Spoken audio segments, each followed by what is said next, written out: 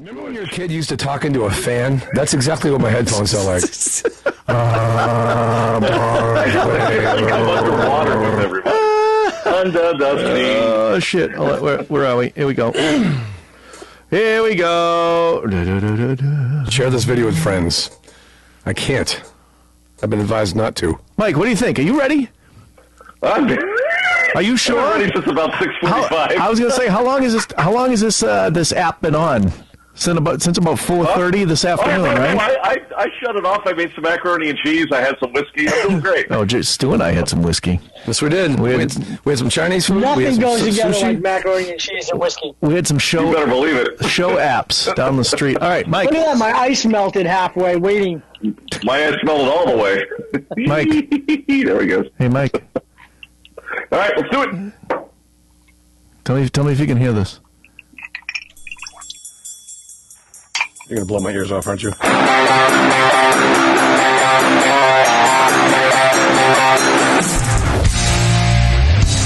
Ladies and gentlemen, broadcasting remotely from somewhere in the greater Boston area, welcome to Bamboozled.Boston, the only New England podcast show that blatantly and flagrantly engages in on-air alcohol consumption, live music, and special guest appearances. Join us as we learn the finer things about alcohol, its origins, proper way to consume, and as the saying goes, I'm a simple man. All I want is enough sleep for 2 normal men, enough for whiskey for 3, and enough women for 4. Here to inform, to inspire, and to imbibe are your hosts, Mike Brady and Sean Cochran. Dude, where do you get this shit? Seriously. I was woman for 4. Hey now. There you go. All right. Hey, another ride on the Himalaya. Dude, hey. Yeah, Stu. No. Mike, let's get right to the booze log. Let's get this going here. Ready? Hit it. It's on.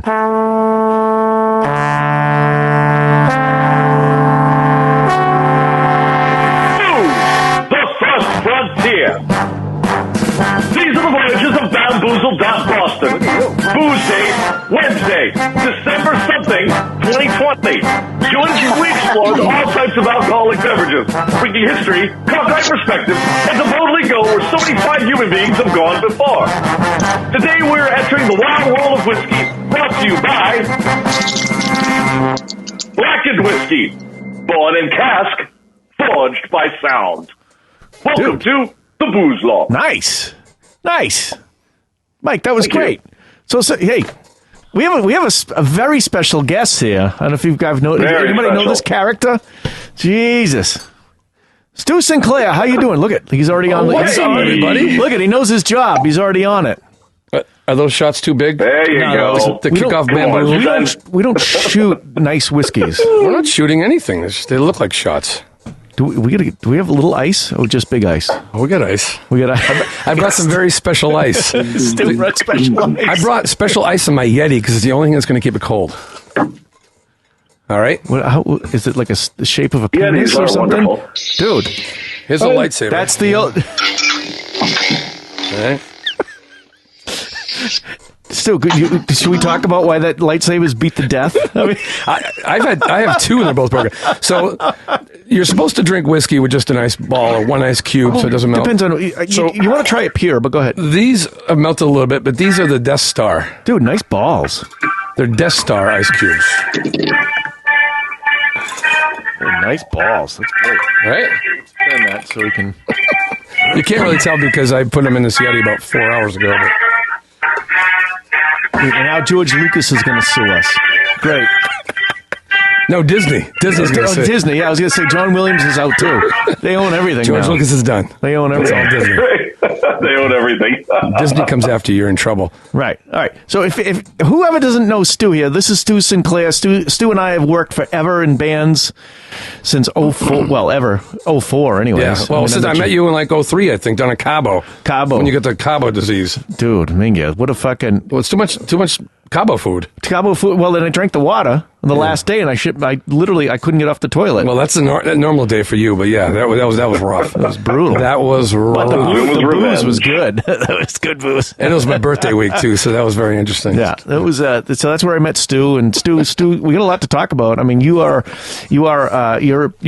trade. The one thing you do for work, period, right now is you perform live. Not right now, but Not fucking right now. Yeah, for the last 22 years, I've done that full time for income. And what did you tell me earlier today? You said that last year at this time was your busiest and best time period, right? Yeah, busiest, but definitely the most lucrative year I've had last year. And then March comes along, and then the fucking Kung flu. It got you. The Kung flu. Boom, boom. Dude. Hey, you can't work anymore.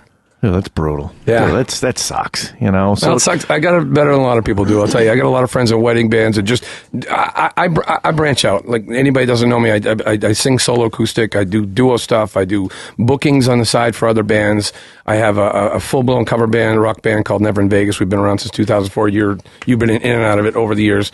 But I know a lot of people that don't branch out, and especially the people in the wedding band situation, where they're looking forward to making a lot of money in just 3 or 4 months, and that's just evaporated. Nothing. Yeah, that sucks. Paper route. So I was lucky enough to have a decent summer this summer. Down in Rhode Island and a few other places in Massachusetts. Well, nothing in Boston, but you were still able to gig down at the dock side and not the dock side, the dock side.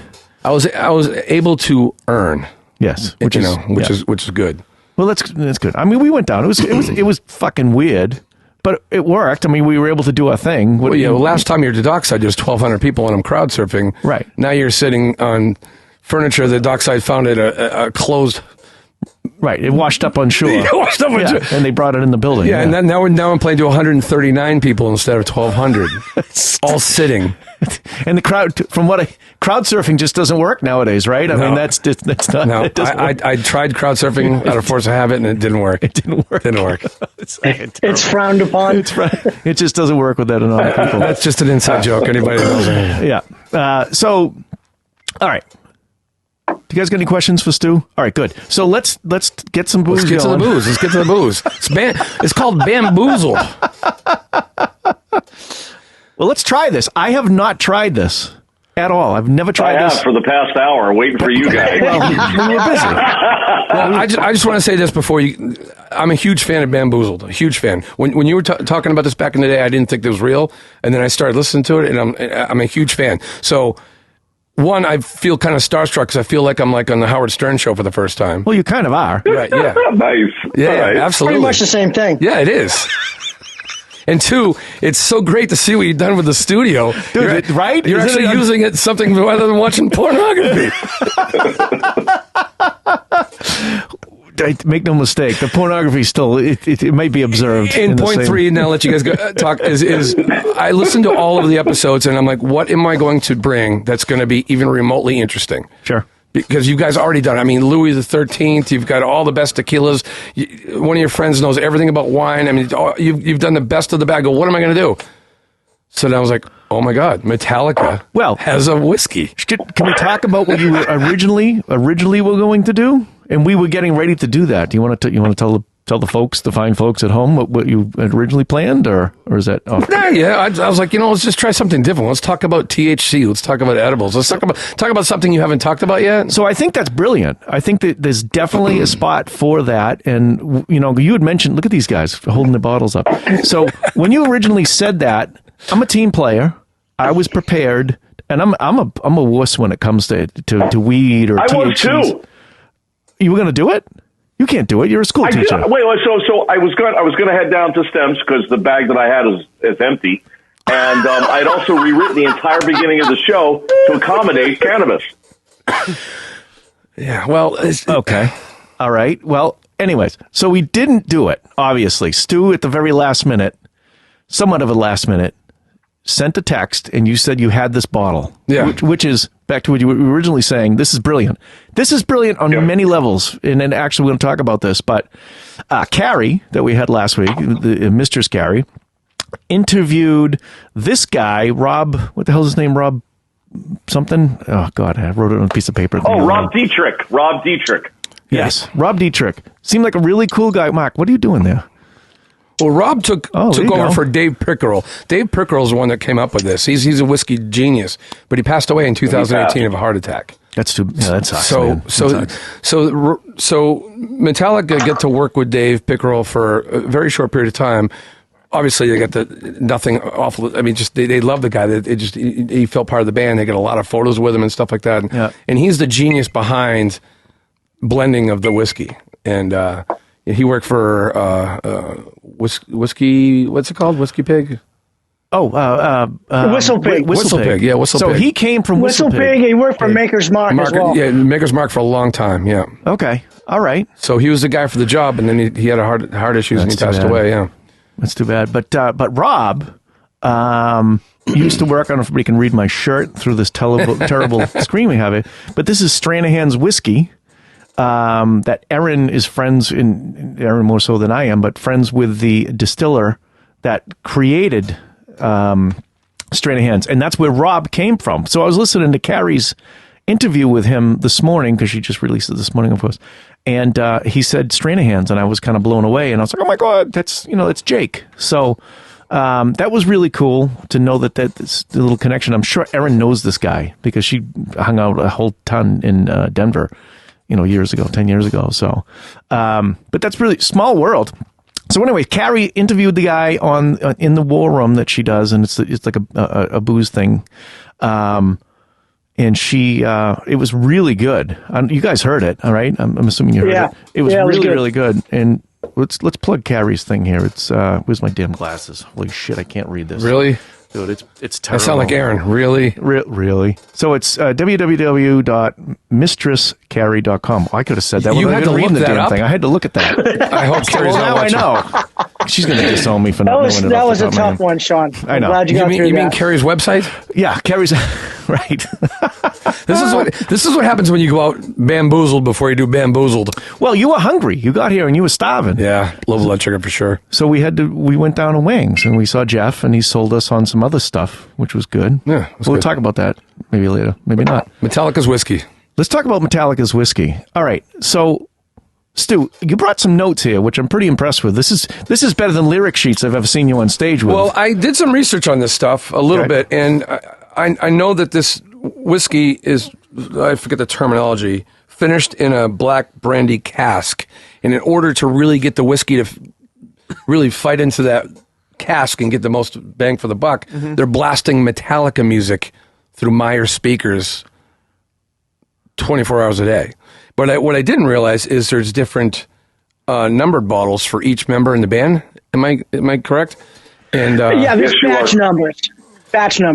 And each band member has their own set or playlist that they play through each bottle. So if you're a crazy Metallica fan and Lars is your favorite, then you know the songs that he picked to make this whiskey taste like it is. I've never seen anything like that in my life. If I could just think it's the most rock and roll story ever.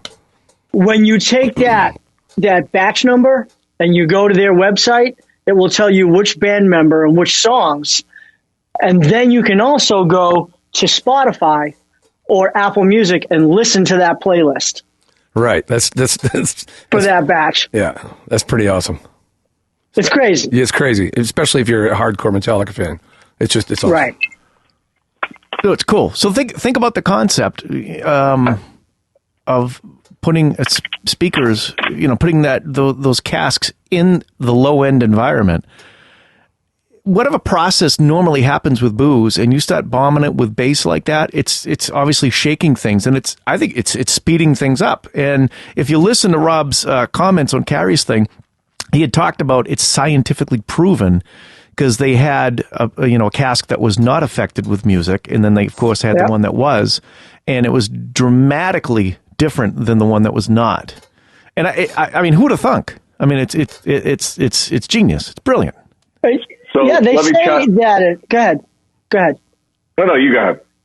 I was going to say they say that the sound waves going through the casks actually draws more of those flavors out of the barrel because that's where the flavor comes from. Sure. So when they blend it into that final barrel for the finish and they blast that music, it actually it accentuates the flavors being drawn out. It maximizes them. It's actually they actually have a patent pending for it at this point. It's all about that bass. Called Black Noise is trademarked. Black Noise is trademarked. Yep. And it's technically seeps deeper into the barrel. Yes. Have you tried it yet? No. Let's try it right now. All right. You guys have been on it for a while. I haven't even. This is pure with no ice. I waited for you. Cheers. Oh, you did. Thank you. I didn't. That's okay, Mike. That's all right. Listen, you have a trombone. You can do anything you want. I love trombones. Dude, seriously. All right, so one of the things they stated was that with the low-frequency sound waves from a playlist of Metallica songs, it agitates and promotes more interaction with the wood of the black brandy barrels. This process, as Stu just mentioned, is the black noise. The finished whiskey is then tamed at the end with an addition of pure water right before it's bottled. Yep. And it's enjoying Metallica music while it's happening. You know what? That's really good. Exactly.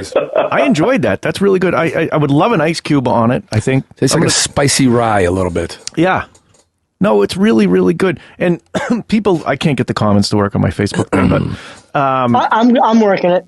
But people, there it is right there. So people that are hearing this, that it sounds like total ass, that's because of me. Thank you, because I'm a great engineer. So when you listen to the actual podcast at Bamboozled.Boston, the audio is going to be absolutely mint.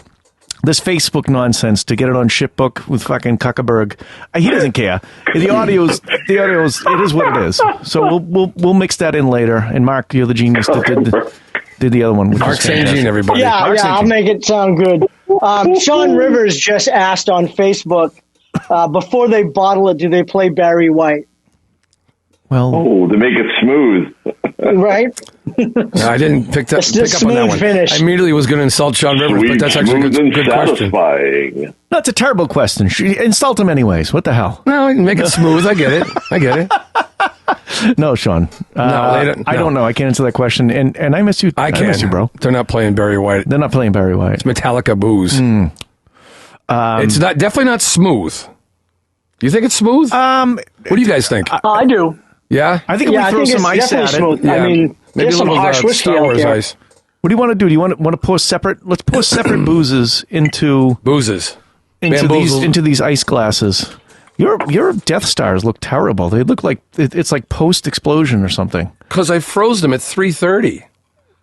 Okay, it's 7:30. Oh, all right. Well, what do you got? Death Star ice cubes? Let's get Death Star, but they don't look like the Death Star. But I brought them up from Braintree in my Yeti. Oh, I see it. There's the dish right there. No, you're right. It is a Death Star. I thought it was a Yeti's nuts. Oh, Sean, it's your birthday. I brought you a birthday present. It was Sean turned 50 2 weeks ago. Did you really bring me a birthday present?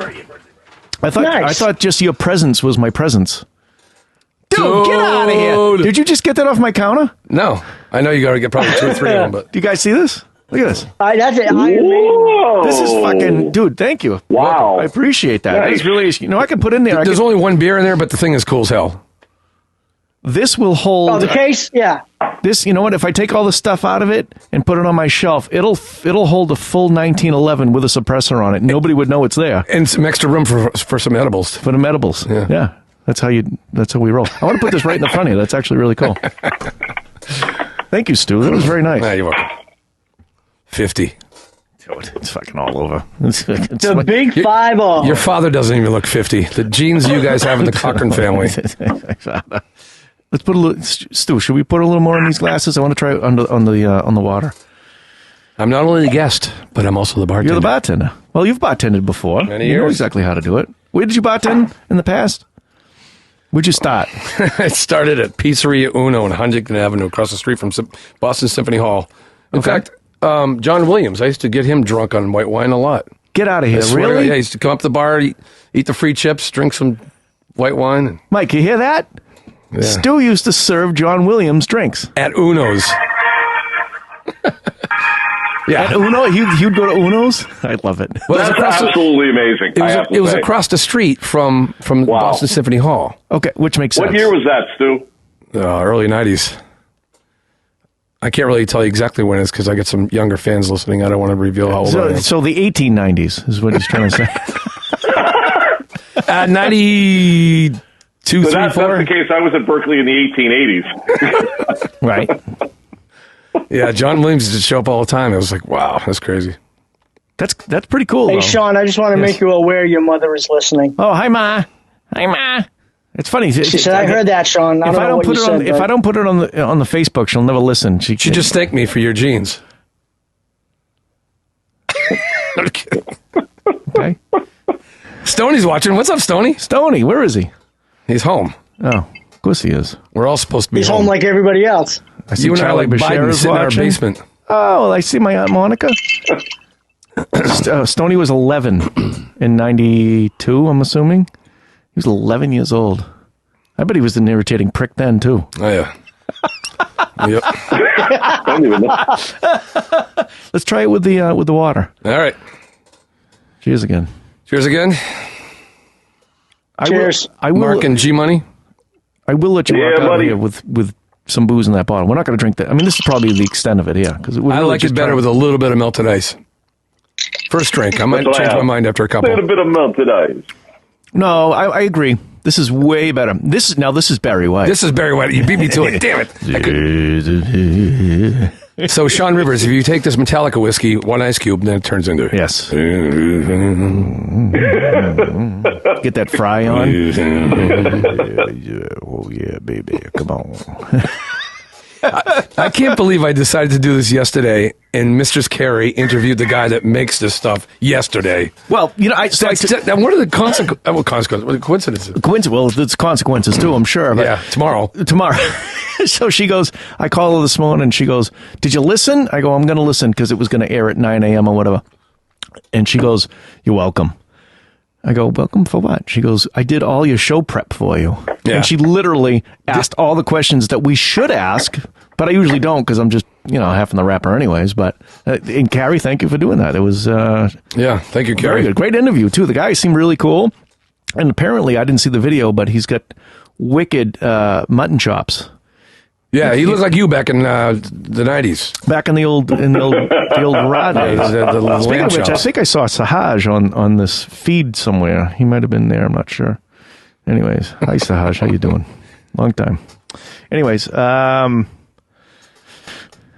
Rivers, I see him there. You're both pregnant now? What's up with that, Sean? Who's pregnant? I don't know. He goes, you're both pregnant now. Who said that? Sean. Oh, I get it from Barry White. Sorry, Sean. Oh, that's what it is. We've been drinking a little bit. Yeah. I was like, Oh, still. Carrie's watching. Carrie is watching? There she is. Yeah. Where is she? Oh, there she is. Carrie, thank you for doing all the show prep for us. Yes, thank you. And by the way, so Carrie, if you just logged on, we have it in its purest uniced form here, which is really good. Mm-hmm. It's a little harsh, I think. That's what I thought. You thought it was smooth. No, I know it. They're not really smooth. I mean, smoother than. It's got a rye bite to it. Got a rye bite, but the water is the ice is way better. Oh, you put that right in there. I like that. I flew around. That's not obnoxious at all. Yeah, good Thank thing you. that's not loud, Mark. So I found it interesting that there's so many celebrities. Oh, sorry. Is that me? So many celebrities that loud? are trying to put out all their own alcohol. And some people it works, some people doesn't. I think Sammy Yeah, Hagar me, I is the don't only one know. that actually created it, and he made more money off Cabo Wabo than he did in Van Halen. Well, who was prior to Sammy that did anything? But I remember booze-wise? Vince. I remember meeting Vince Neil at one of his shows. I think Minoa and I went on. She got some ticket. We ended up on the tour bus and talking to Vince Neil about his tequila. He didn't even know a thing about his own tequila. Of course he didn't. Yeah. That went under. What's his name? From Casamigos, George Clooney and George then, Clooney. I do like Casamigos. I liked it before I had any idea that George Clooney was part of it. But there's a lot of different celebrities that are trying to do this, and I think this is kind of interesting because half of Metallica doesn't drink anymore, and also the way they're distilling it with their music and the speakers. That's just it's so cool.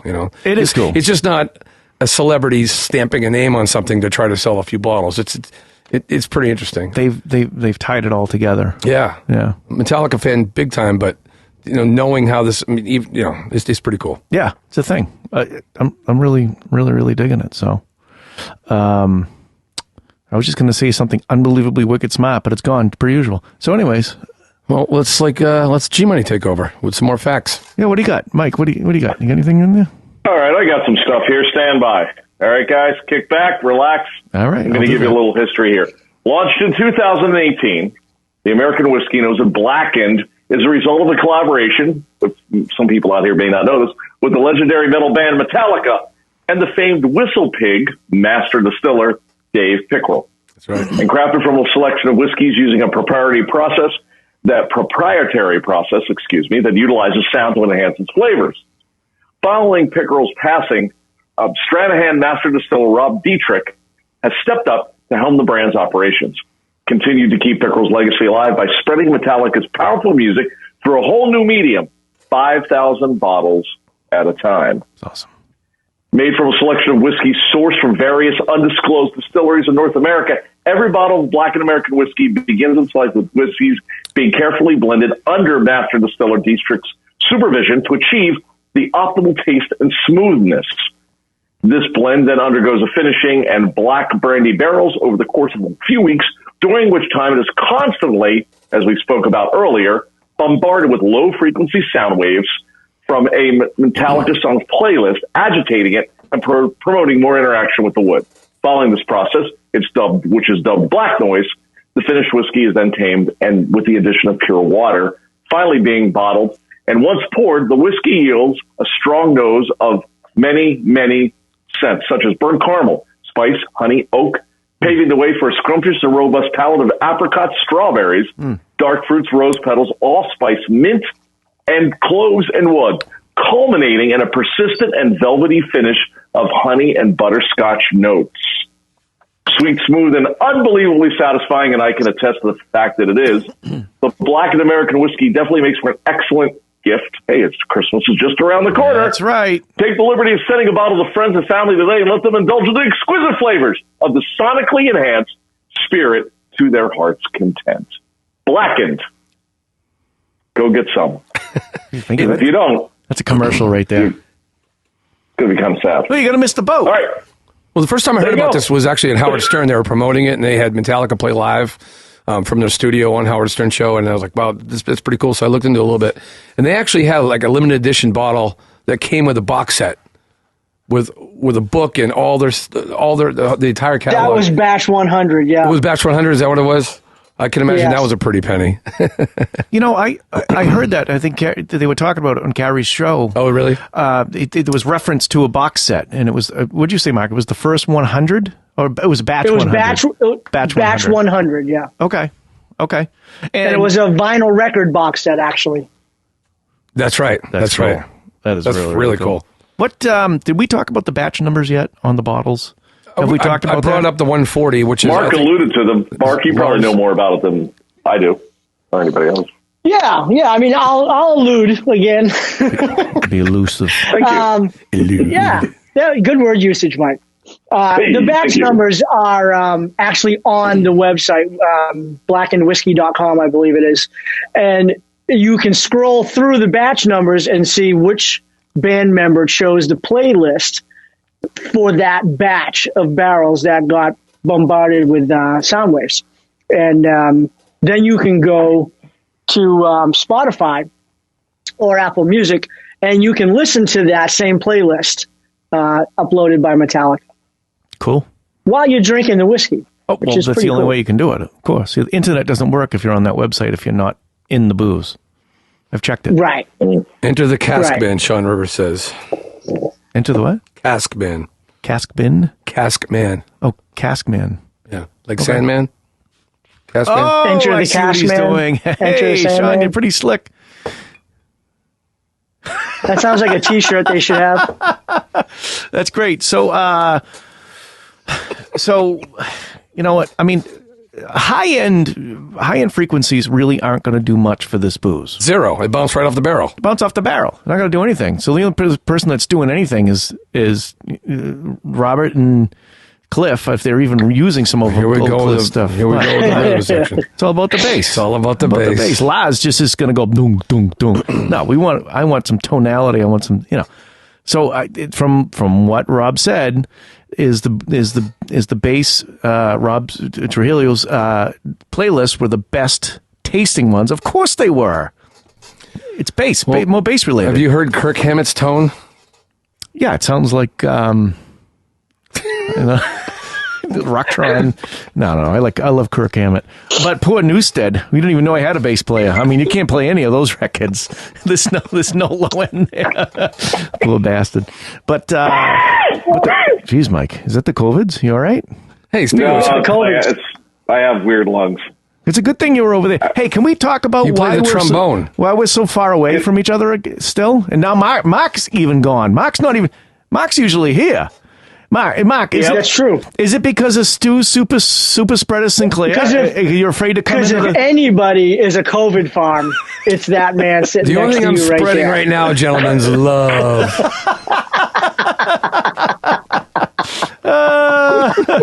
Oh, shit.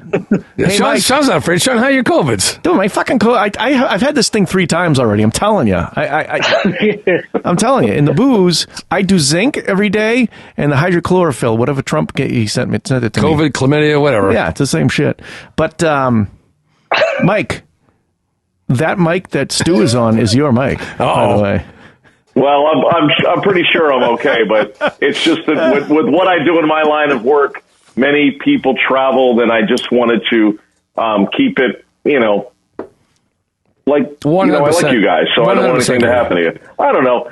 Honestly, the story changes every day depending on how they want to manipulate the public. So did I say that? I'm sorry. Well, it's true. Don't worry, Mike. I'll do the shell game with these 3 microphones. You'll know it's all good. No one's gonna know. It doesn't even live for 2 seconds after you stop talking. Anyways, I mean, what the hell? Well, you know what kills COVID, don't you? Metallica's whiskey. It's known to kill the COVIDs. I think Carrie said that last night, didn't she? I think she did. Let's drink some more. Well, that's what I'm talking about. All right. Hey, I have a question. Well, Yes, Mark. okay. So, I was thinking today about Metallica, and when I first heard them, and I was just curious if maybe Stu wants to go first. So how old were you when you first heard Metallica? What was your first experience to that music? I wasn't really into Metallica when they first came out because it wasn't the songs; it was the production. The production was very, very weak in their first few albums. Some people loved it. I don't know. It wasn't warm enough. It wasn't. It sounded like a cheap record to me. So I understood what was going on. But I think when Metallica actually caught my eye, my attention, was Monsters of Rock tour with Van Halen, Scorpions, Dokken, Metallica, and Kingdom Come. Seeing them live was like, whoa, this is a whole different experience. You know what I mean? Because it sounded better. That it was so much more aggressive than you could, like Sean said. Early Metallica records, there's no bass guitar at all. There's no low end at all. It was just mezzo boogies and Marshalls cranked up. But that was the record in general. I think it was just didn't have a lot of that presence there. It was as how it was produced. Yeah, I think it was the recording style. Yeah, because when I'm drawing a blank on the producer. Rick. I'm drawing a blank on the producer, but when he got a hold of him, the Black Album, that was a whole different Metallica. Rick Rubin, wasn't that Rick No, Rubin? it wasn't Rick Rubin. It was I think his last name was Black. Really? Very, very famous producer. I just like it's you guys on your Google machines? Mark's on it. Bob Rock. When Bob Rock. Oh, Bob Rock. Yeah. When he got a hold of Metallica, that's when I was like, whoa. Now I'm way into it. Sure. But the earlier albums, Master of Puppets and stuff like that, now I appreciate it more, Mark. But back then I was still way more of a Van Halen, Motley Crue, that Scorpions. The Scorpions albums still hold up. AC/DC still. So it wasn't the songs, it wasn't the band. I think it was just the production quality. When I saw them live in Monsters of Rock, that's when I was like, whoa, these guys are a force to be reckoned with. And just to watch them become so much more successful over the years since then. You read up on Metallica, and people used to just hate on them. It kind of reminds me of like Alice in Chains back in the day. Like I saw Alice in Chains open up for Van Halen, they got booed off the stage. I saw Alice in Chains open up for Extreme at the Orpheum, they got booed off the stage. But Alice in Chains is a household name, and they're going to be, they'll be in the rock and roll history. Who knows where they're going to go? But I mean, everyone knows at the level that they're at. But the first time that I really got into them was I saw them live at Monsters of Rock. Yeah, I think that happens for a lot of bands, for a lot of people, is until they see that live show, they don't get the actual experience. Actually, Kiss, going back to Kiss, until they did a live album, they didn't take off at all. So there was an energy in the music itself. This is less about production of the music, but more about performance. And there's some other bands, AC/DC, for instance. My brother was not a big AC/DC fan until just a couple of years ago when he saw him live, and that's all he could talk about when he came back from the show. But what about you, Sean? How old were you when you first heard Metallica? I know you were pretty young when you got into it. I was probably I'd have to do math on when the records came out, but it was. What was the first record? Was it Kill 'Em All? Might have been Kill 'Em All, or it was Kill 'Em All. It was Kill 'Em All, I believe, and then Ride the Lightning. Ride the Lightning was what really got me. The Call of Cthulhu, and I hope that's the same record, but that whole record was fantastic. I mean, it was all Cliff Burton. I'm sure Marco. Very, very classically written. Cliff Burton's like he's like Jimi Hendrix. God knows where he would be right now. Cliff Burton would be doing soundtracks for movies, and he'd be composing with Les Claypool. I can't even imagine where he'd be. Just like Hendrix and all of the other guys. Yeah. That He had his own sound. And his writing technique as well. The old Rickenbacker with the wah pedal. I mean, come on. Right. Where are you going with that? Nobody's going to beat that. Seriously. So, but it was, that was the Metallica I loved, and it didn't get worse from there. So when we lost Cliff, it was, they brought Newstead in, and I remember when Newstead came in, and I was like, well, who's this guy? Half his head's shaved. He can't keep his head on. He was out of control. He was a pick player, and he was very, very good. And I have nothing against pick players, of course, but Newstead was great. Those records were fantastic. But Cliff for me was Cliff was the man. I mean, I think he put them on the map. I mean, they were all amazing players. Hetfield, right. He's a great lyricist. I mean, he really is. He still is, of course. So just the point of view of his lyrics is always interesting. Yeah, and back then was great, and it just very, very, very good stuff. And the was it Saint? What the hell was that record that came out? So Hetfield quit drinking, and then his mind it exploded with all these ideas. And I remember they did a documentary right around there. Yeah, he started hating the band, and which I couldn't play with Lars anymore. I totally get it. A total transition for him, and then he's now he's back to he's better than he ever was. I mean, he sounds great. His playing is unfreaking believable. James Hetfield is like. He could be next to Eddie Van Halen. He might be the next best rhythm player. Period. I mean, think about it. Just the stuff that he does, and of course he does leads. And then, I don't know. The Cliff Burton stuff, the Newstead stuff was great. I remember when that first record came out. What the hell was that? The record? They something EP 598 EP, and he gave him a couple of bass breaks. I was like, hey, you know what? This is pretty cool. It was good. I really liked that record. And then, of course, they brought Trujillo. How do you say his name? Robert Trujillo. And he... I believe it's pronounced as Nate. Suicidal Tendencies, I believe. He's an amazing player. What a freaking... He is. Hi, Mano. So good. Mano's watching. Oh, Mano. Hi, Mano. Did you happen to catch the documentary when Robert came into the band? I'm sorry, Mark? Say it again? There's a documentary when Robert came into the band, when he tried out with the band and stuff, like a documentary thing.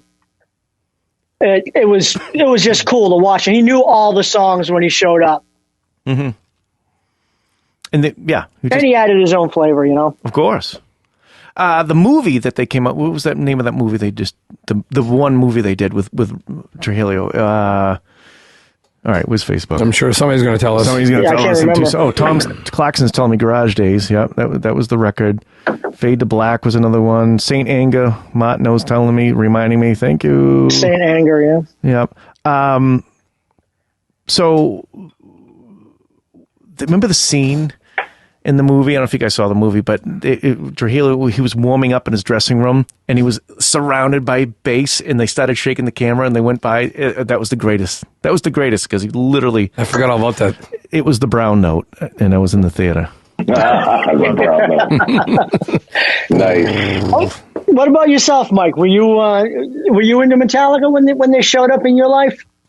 Well, for me, being a trombone player and a brass player, I didn't really quite understand their significance until mind you, I came in late in the game. I have to use something like Enter Sandman or something more popular that pulled me in. But what I did appreciate about them was that they did have a classical style to their playing, meaning they were artisans on their instruments. And that was absolutely required. It's funny you would bring this up, because just yesterday I was working with the sixth graders, and we were studying the Baroque period. And in the Baroque period, something came out called basso ostinato.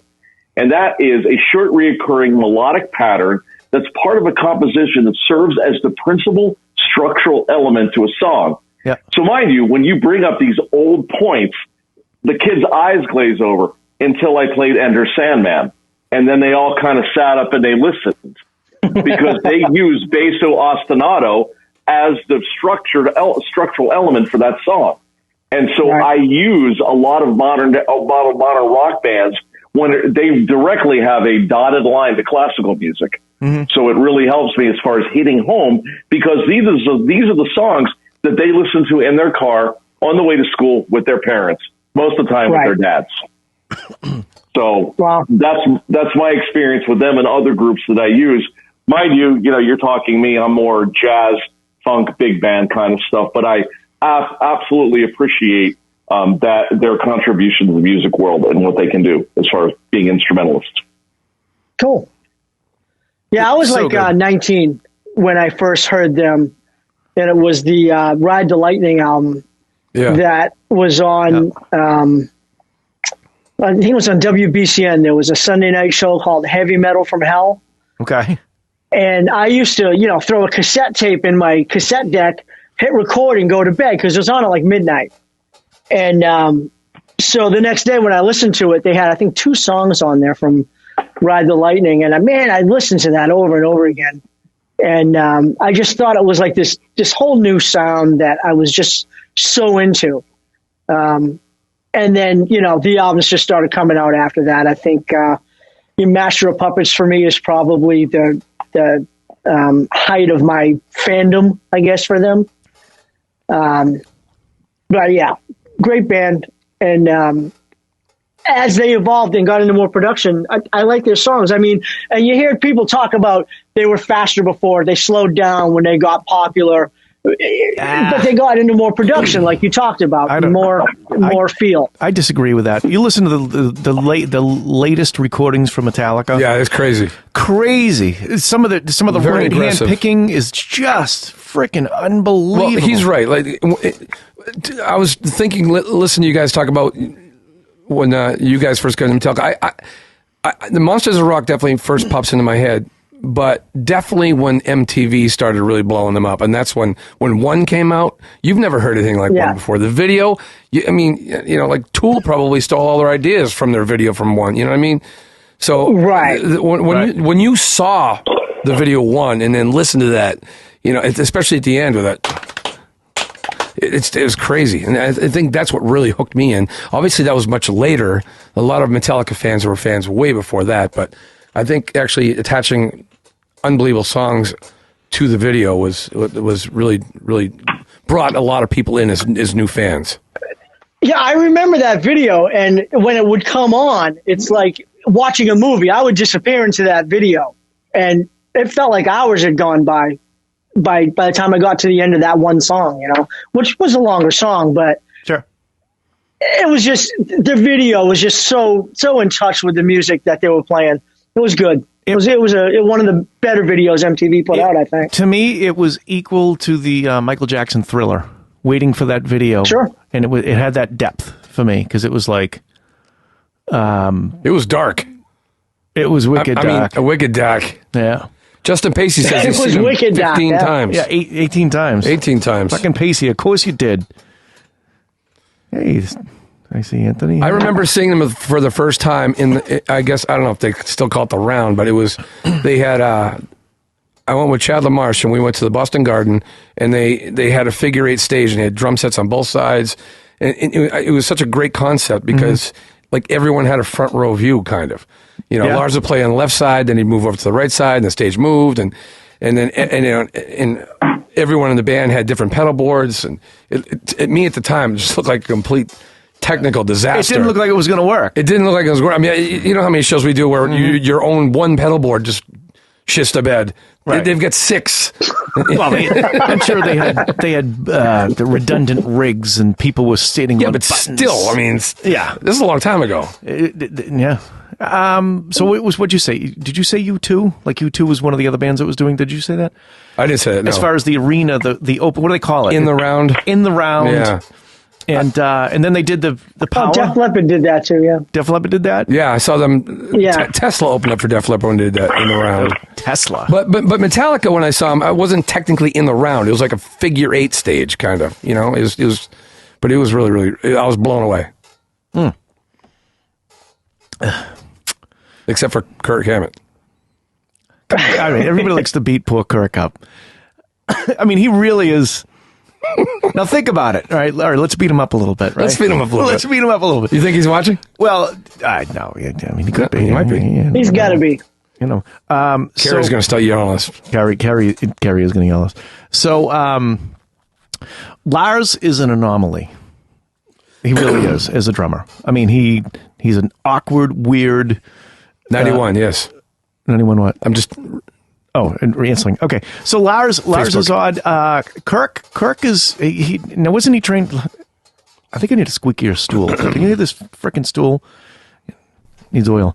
Anyways, so Kirk wasn't he? He was trained by Joe Satriani, wasn't he? He took lessons from him or something. That was like a thing back in the day. I wasn't paying close attention to his Where's lessons. Tom Clarkson? He's here somewhere. He can verify because that was always a thing. Because I remember that article coming out that he decided to take some lessons with Joe Satriani. yeah, and it was a thing.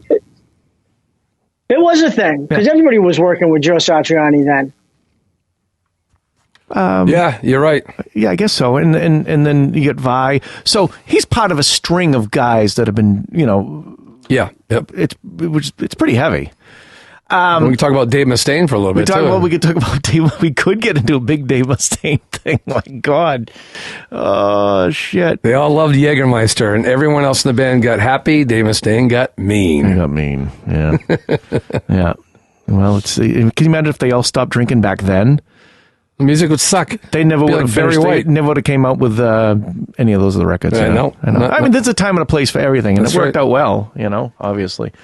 But, Lars is an anomaly. You couldn't put Lars in any other band. You couldn't put him in Never in Vegas. It wouldn't work. It wouldn't work. Because only Metallica can play with Lars, I mean, he's just this weird... His playing type is...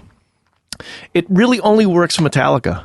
And that's part of what makes Metallica special, just like Kirk Hammett. Kirk Hammett can play the rhythms, with James, of course, and equally as well, as far as I'm concerned, obviously. In some of his solos, you listen to some of the tracks, I can just hear him now. Just hit record. Just hit it. I'll just play something. And he plays it, and it's like, tonally, that really wasn't on, but we're going to print it. All right, here's 5 million records. There you go. Take it away.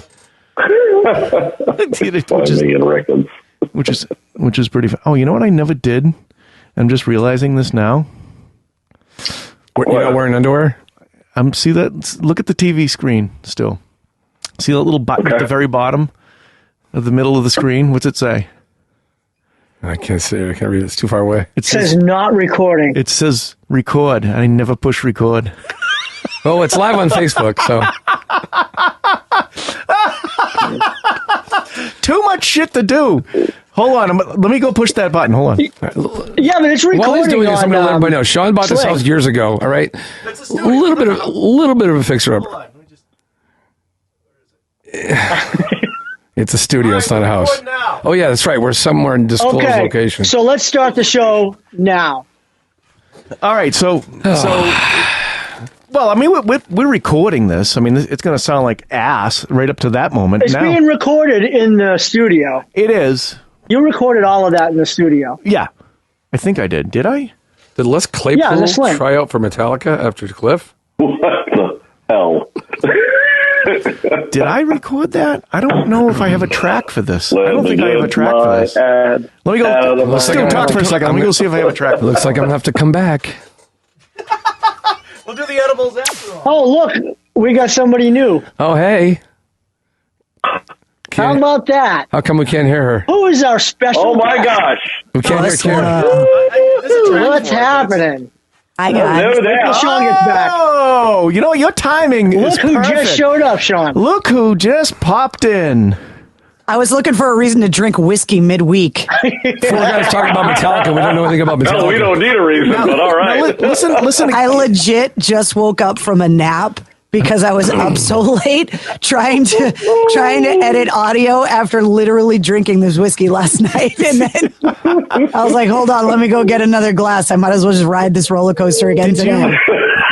Mistress Carrie, everybody. Did you, Carrie? Did you find that ghost track? Did you find the ghost track in the Track. I Your dubbed screen's the cut our audio head off of the War Room with Rob Dietrich last night. Oh, cutting our head off. And now. I was literally on a call today and I'm getting these frantic calls from Sean. He's like, something's wrong with your after action report with Rob Dietrich. There's a ghost track in there somewhere. And I went in and listened to it. Yeah. That's why you should never edit audio drinking whiskey at 2 o'clock in the morning. Because I talked to you at 8:30 this morning and you were driving somewhere or whatever.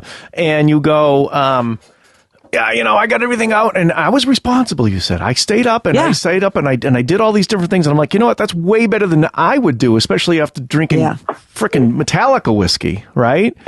I was up drinking with Stu. He was in the War Room with me last night. That's right. You were in there. Yeah. I when I clicked on, I'm like, are you fucking kidding me? She's talking about the whiskey that we're going to talk about tomorrow. What's the coincidence? I was crazy. It was blown away. Plus, I was a little high. It was good prep. It was good prep for us. Yeah. I'll try to do that for you guys every week. I'll be the please responsible do. one. Everybody say Carrie right now. You don't have to put any effort into your podcast at all. That's the best way. You can tell how well prepped we are right now. I do try to do None of us some could research. come up with Bob Rock. What batch are you guys drinking? 104. I have 105. I got 104. Carrie, didn't you have 106? Yeah, this is 106 right here. This is the one that got blasted with the audio from the S&M 2 concert that was earlier this year. This is the new one. Yeah.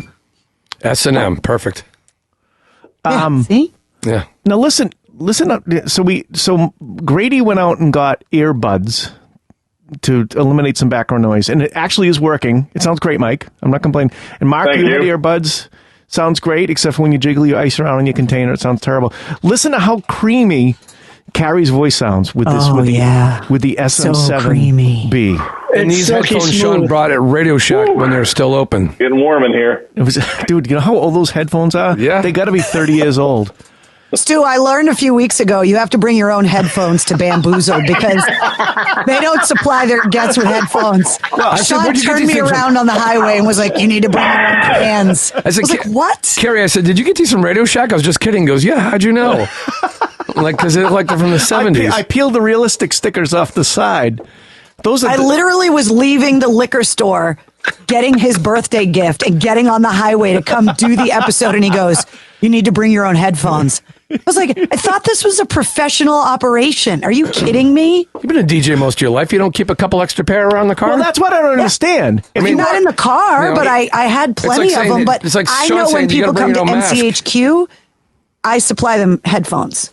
Wow. So when we go to like open We're mic, not professional, but we have staff. open mic sessions as a musician, right? You show up and you want to play, you want to get up and play with the band. Like open mics, you always bring your own instrument, right, Carrie? Stu, what do you, Mike? What do you get there? Wearing masks? Sucks. Nope. Wearing that. Sure do save Sure lives. saves lives. Yeah, It's the cliffhanger. Stu put his mask on, so I put my mask on. So Carrie, a funny little story, right? Just before you logged in, 2 seconds, I looked at the bottom of the screen and I never pushed record on Squadcast. So I hit it and then you logged in. We're professionals. We're professionals. I can tell. So I'm gonna do the old. Thank God I was printing a track of the distorted nonsense that's coming out of this frickin' fax machine PC I got hanging from the ceiling. But oh my God, that's if everybody at home hilarious. could see this contraption he's got in his studio, dude, it's fucking great, man. this sums up Sean You Cochran can't to a blame the T. equipment, Sean. What's that? The man? poor carpenter blames his tools. I'm not blaming any tools. I'm just saying I couldn't figure out. I downloaded the software to this computer to run the Sling Studio. I couldn't find it. It said downloaded. Where the hell did it go? I mean, it downloaded someplace, Right. but I don't know where it is. That's because it's a Windows computer. It's a Windows computer. Who even uses those anymore? Bill Gates. Yeah, Bill Gates. He also invented the virus. Bill Gates probably does. Yeah. Yeah, but even on the Apple computers you guys are all using, I guarantee you downloaded Word though, so it's all in there somewhere. Nah. Yeah, I did. Word. She just said Guilty as word. charged. Word. Charged.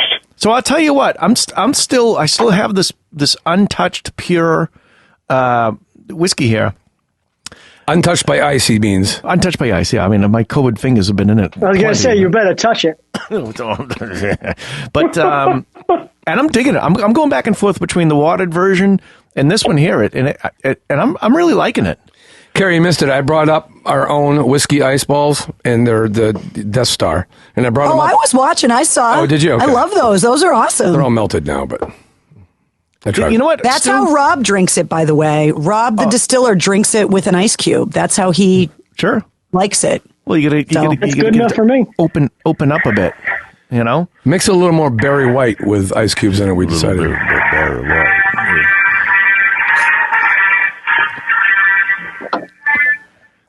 Did you hear that knocking?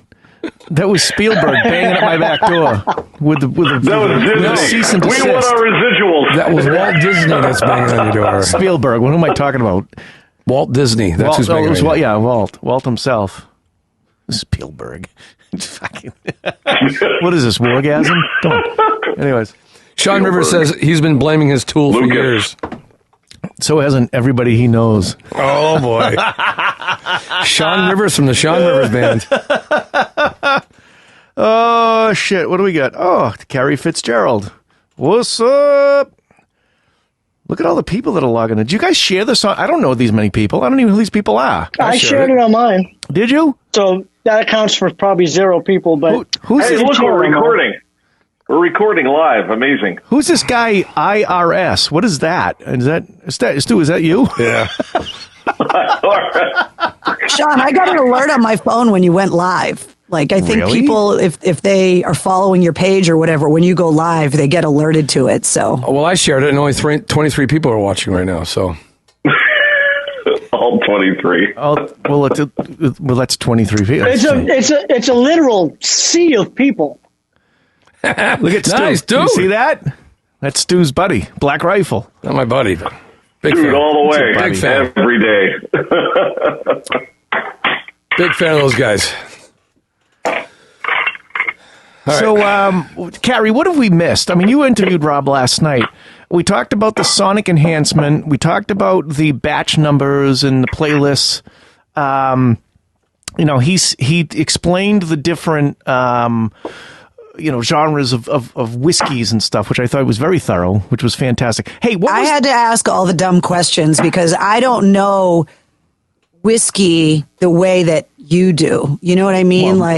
I've never been the biggest whiskey drinker. And so I had to ask him what's the difference between scotch and whiskey and bourbon and why is it single malt versus I didn't understand all of that stuff. So I figured if you're going to ask these questions, you might as well ask them of a guy that's an expert, you know? No, they were great questions. And I'm thinking to myself, every time I listen to your interviews, especially one about booze, I'm like, fuck, I never would have thought of that.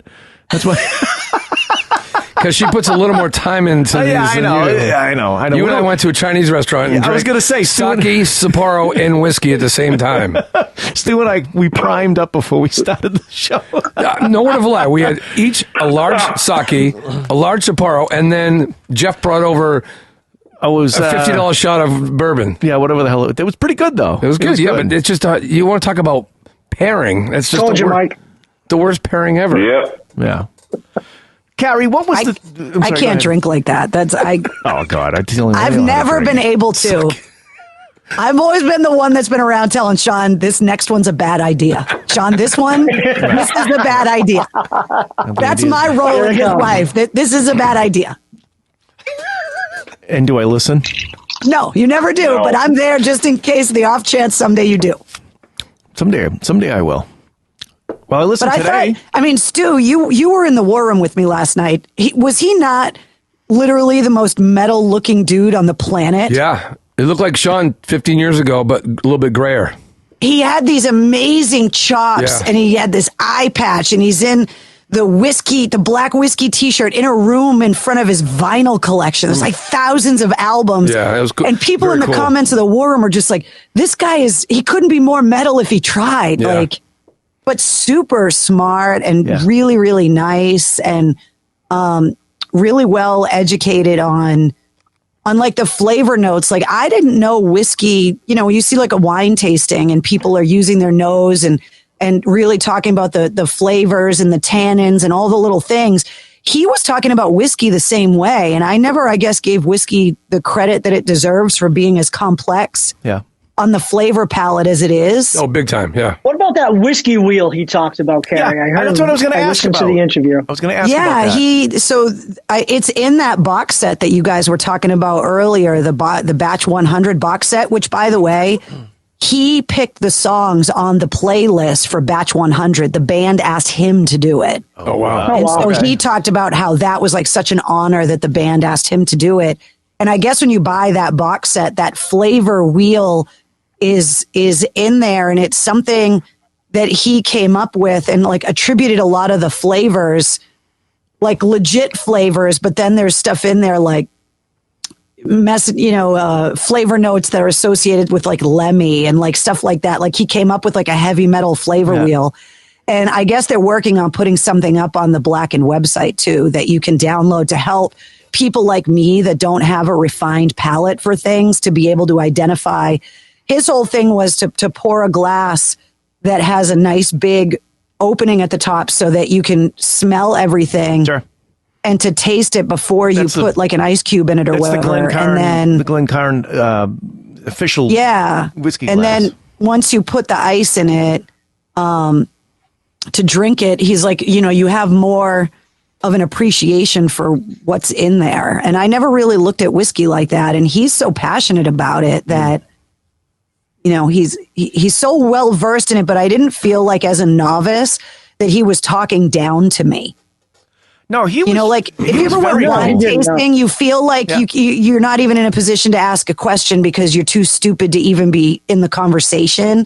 And he wasn't like that at all. It was like he wants people to get introduced into this world and is willing to kind of give you the baby steps to do it, which I thought was really cool. Right. Well, he even said he wanted to help people to not go to a place and not be able to express what they're experiencing because they didn't want to look stupid. So by making this wheel and giving you a list of flavors that you're going to experience when you drink it, it's like that helps you. Like for myself, you said this unrefined palate. Having those suggestions in front of you, now you can taste them. Because you're like, oh, there it is. That's that. Yeah, like, what is that I'm tasting? And I heard you guys, Mike, I think you were running down like some of the notes that were in it of like the caramel and like all of that other stuff. Like, correct, right? It takes somebody breaking it down for me to then go and smell it and go, oh, wait, I do taste the black currant or the this or the that's in there, the spice notes or whatever. It's just I didn't know that's what I was smelling. And then once it kind of gets explained to you, you go, oh, my experience with whiskey is like Jack and Cokes, Blacktooth Grins, right, and Sean. Well, Mike, it's kind of, I was listening to the Bamboozled podcast on the way up here, wherever we are, with Keith and Chip about Louis the 13th. And you guys were talking about how thick it was and how many flavors there were and how after you even sipped it, it took like almost 30 minutes to even get another kick of flavors. Yeah, that truly was the blood of Christ. I've said that before. And when Keith said when he's in Vegas, he did a shot of Louis XIII. He goes, he was a mess for 2 hours. But I'll His tell you head what, was on fire. As far as the separation of flavors go, the Louis XIII, that was, you could taste. It's so plain. You could literally taste all those like different Ratatouille. things. Yeah, Ratatouille. Yeah, sure. Well, you never saw the movie Ratatouille? I did see that. Of course, it's about a rat. Oh, it's a cartoon. That's Fucking good. rat. Nobody likes a rat. But Carrie, I mean, you are more prepared than anybody I know getting ready for an interview. And why would you feel that he would look down on you because you don't know anything about whiskey? No, it's not that I felt that he would. It's just I like to be I'm very self-aware when I go into a conversation. Like, when I interview musicians, I'm the first one to say, I'm not a musician. That part of my brain doesn't work the way that a musician's brain does.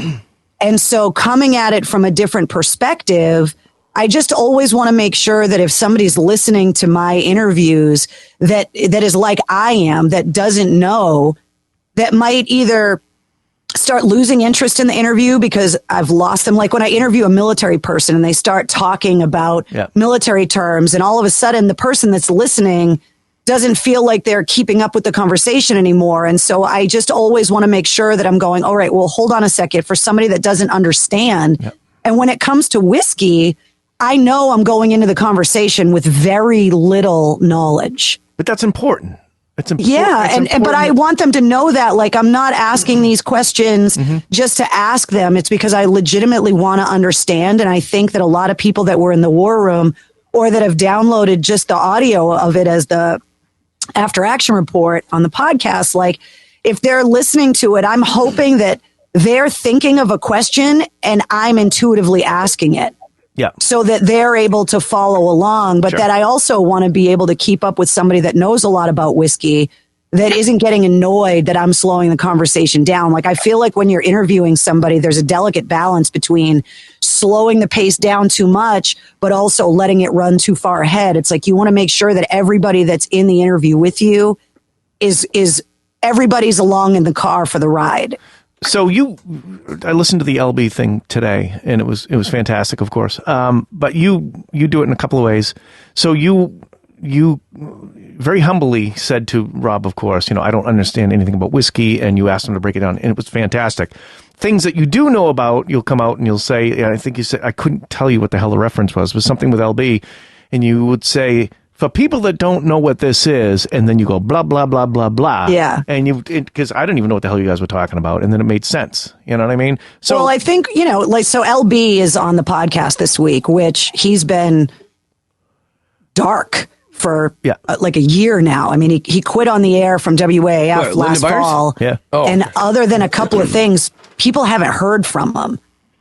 And I also understand that the podcast now is starting to reach people that never listened to WAAF, that it's in 95 countries now. And there's people all over the country that are discovering it because of the people that I'm fortunate enough to interview.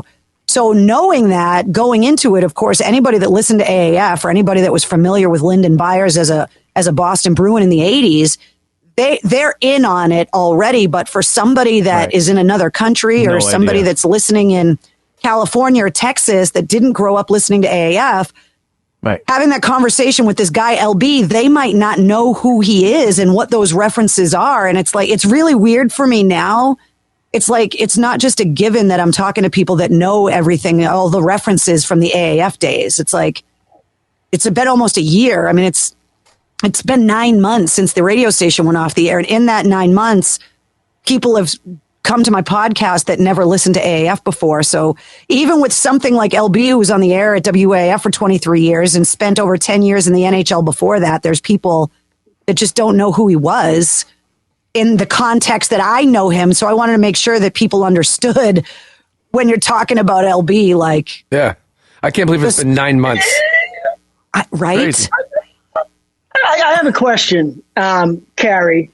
For those people who don't know, where might they go find your podcast that you keep my referring God. to? There we go. It's available everywhere. Just search the Mistress Carrie podcast and you'll find it. I think it says on the pen right here. Sean, can you read this? Yeah, I had to put my You have glasses to put on. his glasses- I think it says www.mistresscarrie.ie. Yeah, the website hasn't launched yet, but it's days away. It's close. But he had to put his glasses on to read that. That's funny. Oh, trust me, I saw. Yeah. Those are the 1.5s, Stu. Those are 1.5s. Those are the 1.5s. Those are I'm 50. I need 1.5 magnification in my reading glasses. You guys are great. This is. I need 2, and I'm 56. I get it. But my point is, you shouldn't have to read it at all. But that's whatever. I'll pour another. Well, I've never round. logged on to your website, so I just because it doesn't. We're down to 18. Yeah, people. you guys Bamboozled got the prototypes of the barware and stuff. We did. Like, you guys got the first ones. And we're shy. A set of everything. I don't know where it went. Oh, hi, Mark. How you doing?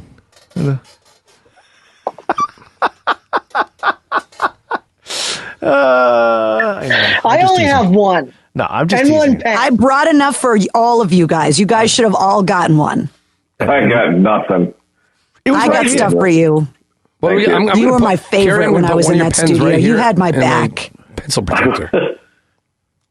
You can't I'm take over that. That's 20 property of Bamboozled.Boston.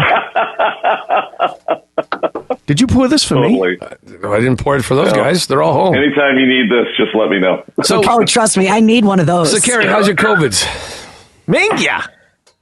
Okay.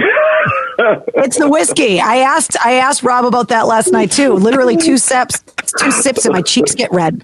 Right? Seriously. Rosy red. I love your glasses. They're awesome. Guys have a glasses thing with chicks. It's very weird. Well, Hot for teacher fetish. you know what? It is hot for teachers. Tina isn't Fey. it? That's, oh my gosh. Tina Glasses, Fey. are you Oh, kidding yeah, me? Grady's got a Tina Fey thing going. Yeah. Sure. All right, I'm going to have a sip of this pure. All right, let's all take a second and enjoy Metallica's whiskey. Let's do that. Amen. Let's do that. There we go. Oh, I got a Dana Spellman story real quick. Oh my God. This is sweet, but I like it. It's I don't good. really like sweet stuff, which is weird. But Do you think it's sweet? I think it's a little sweet. I don't think it's sweet. I think it's got a ton of flavor. It's not like You guys don't taste like any sugar after tasting it? No? Well, wasn't Grady talking about the caramel? Yeah. Like when you were talking about the descriptive notes and all of the different butterscotch. flavors. It's Was It's it that in there? a lot of vanilla, Yeah. a lot of caramel in there. Yeah. Black licorice is in there. Butterscotch is in there, I think. So there's some sugar in Well, it. not sure. to mention it's a blend of rye and bourbon. That's which right. are both made with corn. So, and that corn does give the whiskey a sweetness. At And that's least. an American whiskey trait. at least 51% to be exact. See that? Yes, sir. Yes, sir. To be a I bourbon. think it's great. So Indeed. so back in the early 90s, I might even be late 80s. I wasn't alive. No, it was late 80s, I think. Dana Spellman was at the channel. I wasn't. That was awesome. Dana was at the channel, and he was I forget- Channel. I've never heard of it. Yeah, For those people who don't know, I saw Steve Morrison channel. good point, Mark. tell us what the channel was. Oh, the channel That's was the only bar that let me in without an ID. the channel. You could do almost anything at the channel, but it was a old school Boston rock venue. I mean, I only saw like skinhead shows and frickin' metal shows when I was younger there, but yeah, Spellman was there Stan. watching somebody's band play or something, and he helped Lars carry his drums in and out of the club, which is pretty cool. He helped him carry equipment, which I thought was, it's pretty cool, right? I mean, he could have kicked that his is ass cool. and taken his Paul job. but- Delaire actually has pictures with the whole band. Who I does? think from the channel. Whoever thought He it was was a down good there one idea night. to put a rock club on a pier over the water. Because Like, it was whose a ghetto idea down was there. that? They Where the probably bodies can paid sink? $100 a month for rent. I remember going down to the channel like a year or two before they closed forever. I saw Where the Steve Morse bodies play. can sink. And you're afraid for your life. Now that It was just a property is big worth cover-up. $10 billion. Crazy the money down Called there now. Seaport. Yeah, the Seaport. Crazy. It's fucking If anybody insane. listening knows where Lolita's is, that Mexican restaurant down there, the channel is right next door to that. Couple blocks down. So Oh, is that where it was? Yeah, I couldn't even tell you. I went there a couple of times. But Yeah. Eddie Denny Seaport. said they had river rats the size of large cats. Oh, yeah. Of course they did. I like cats. I mean, there was no food at the channel to be You go out down the alley at the fucking Dude, Bell in you're killing Hand. me. You can get attacked. It looks like a bear, but it's a rat. Remember the dumpsters? If you walk through the alley, Those weren't called rats. They were called groupies back then.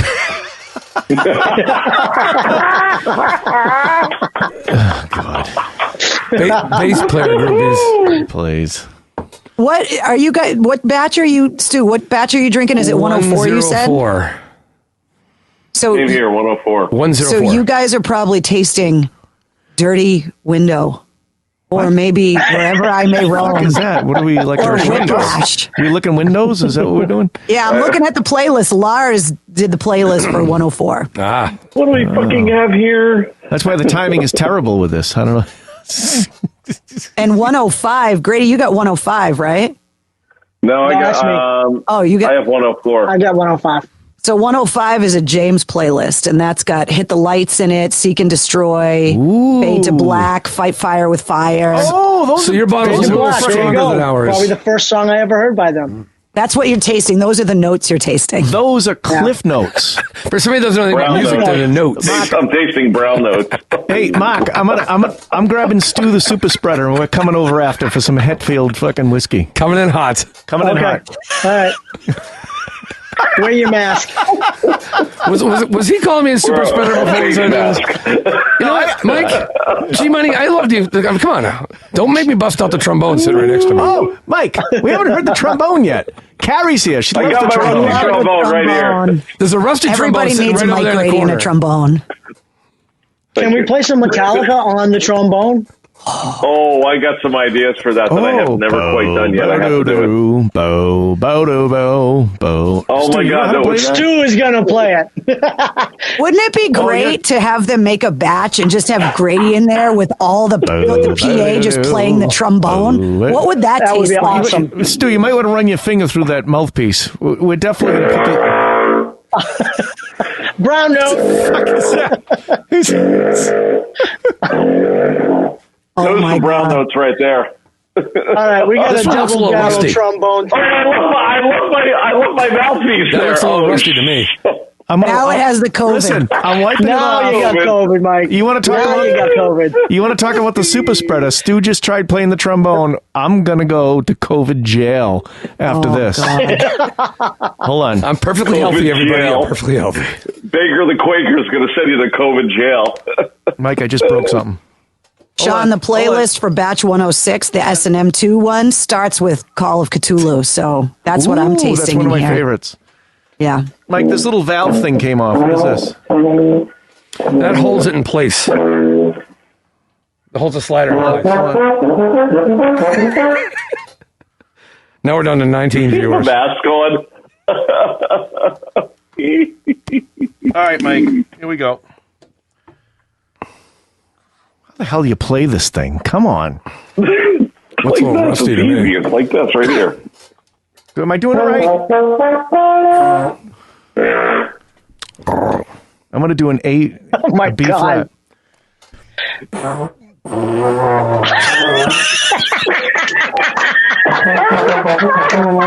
Remember earlier when I was talking about how I didn't have any musical ability? Hold on. I'm going to do. That's what it That's sounds what it like. looks like. I'm yeah, going to do a exactly. Metallica song. I'm going to do a Metallica song. Here we go. Tell them what it's all about. I'm glad I'm the special guest on the worst show yet.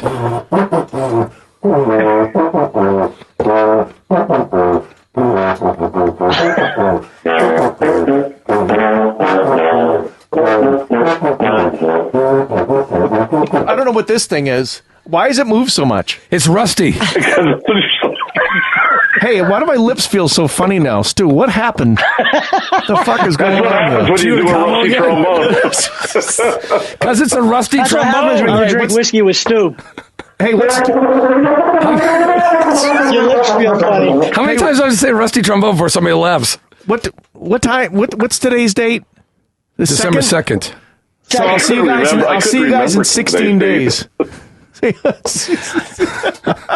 Aaron, we just got that. Really?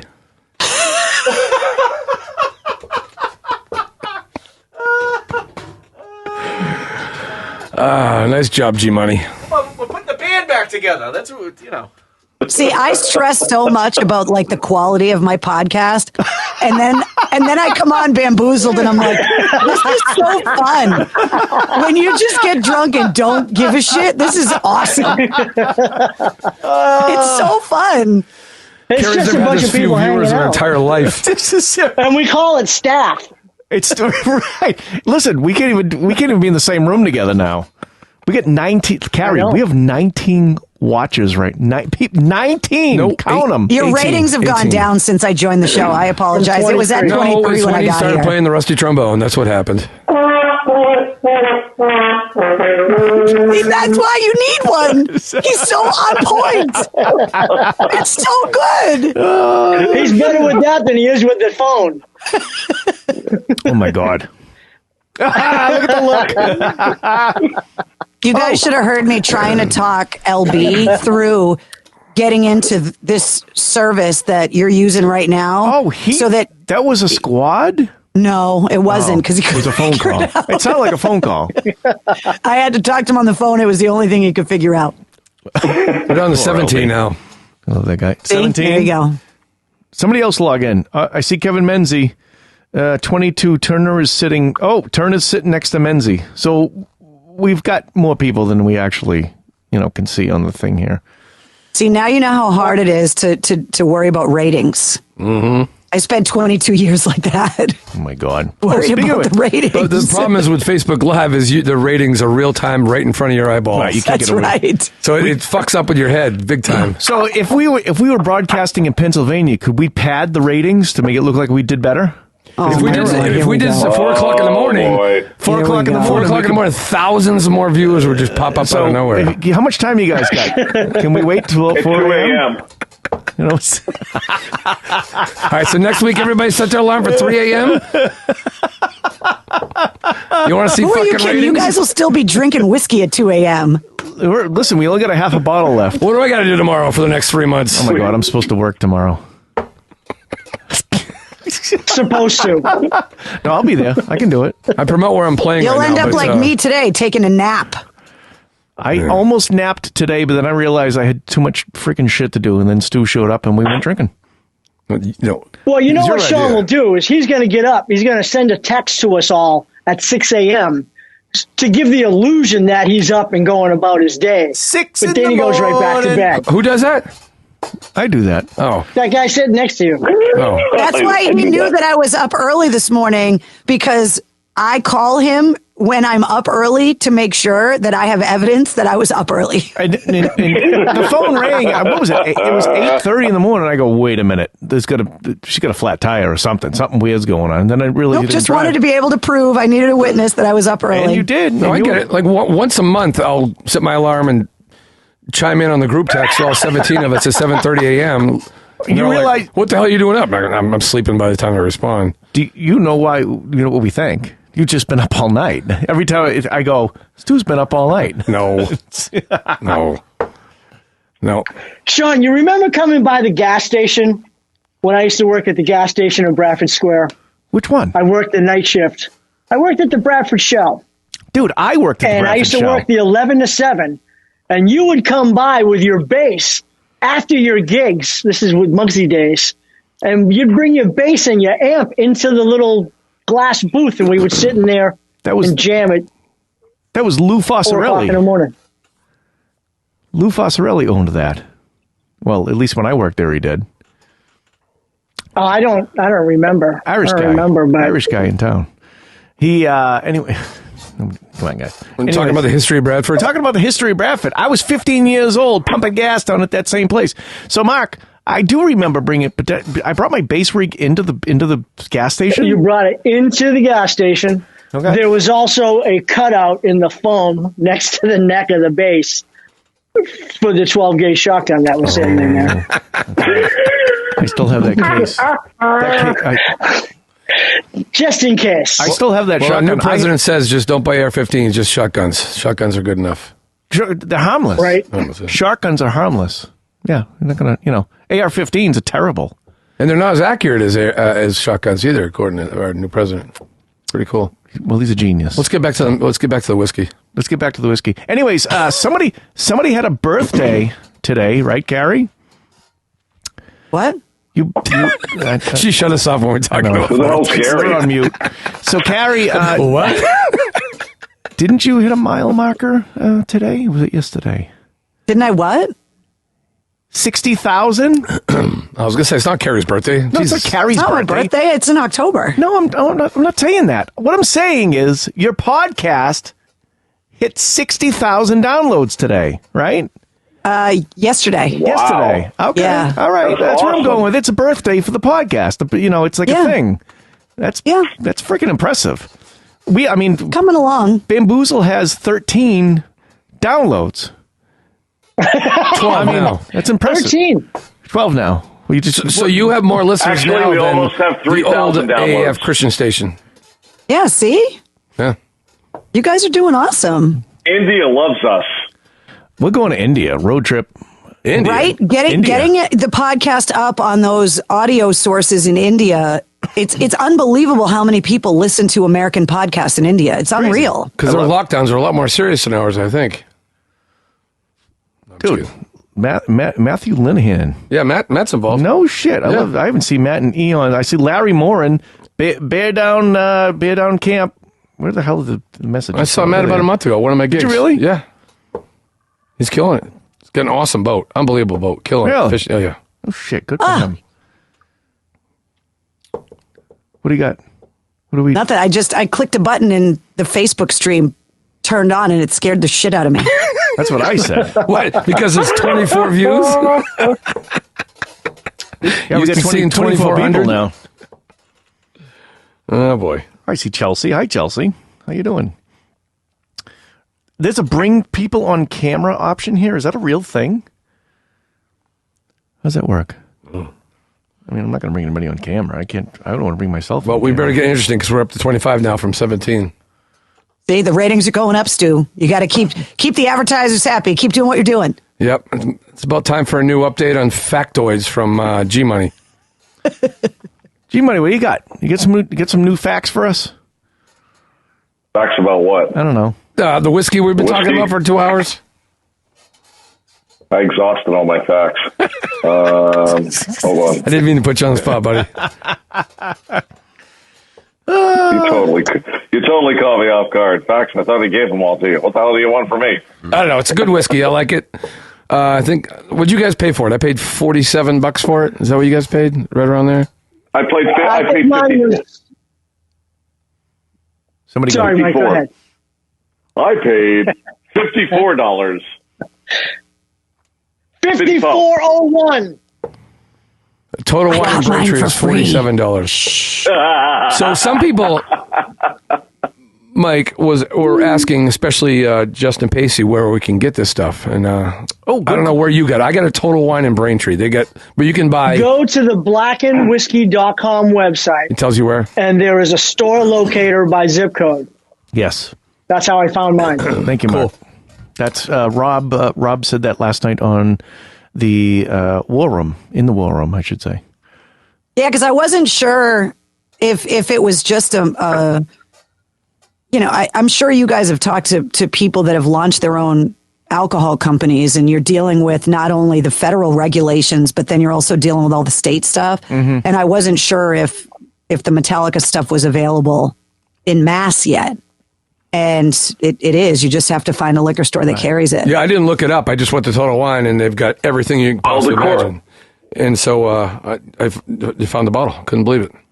I don't think it's priced too bad either. No. I mean, you guys were talking earlier. Oh, damn. Hold on.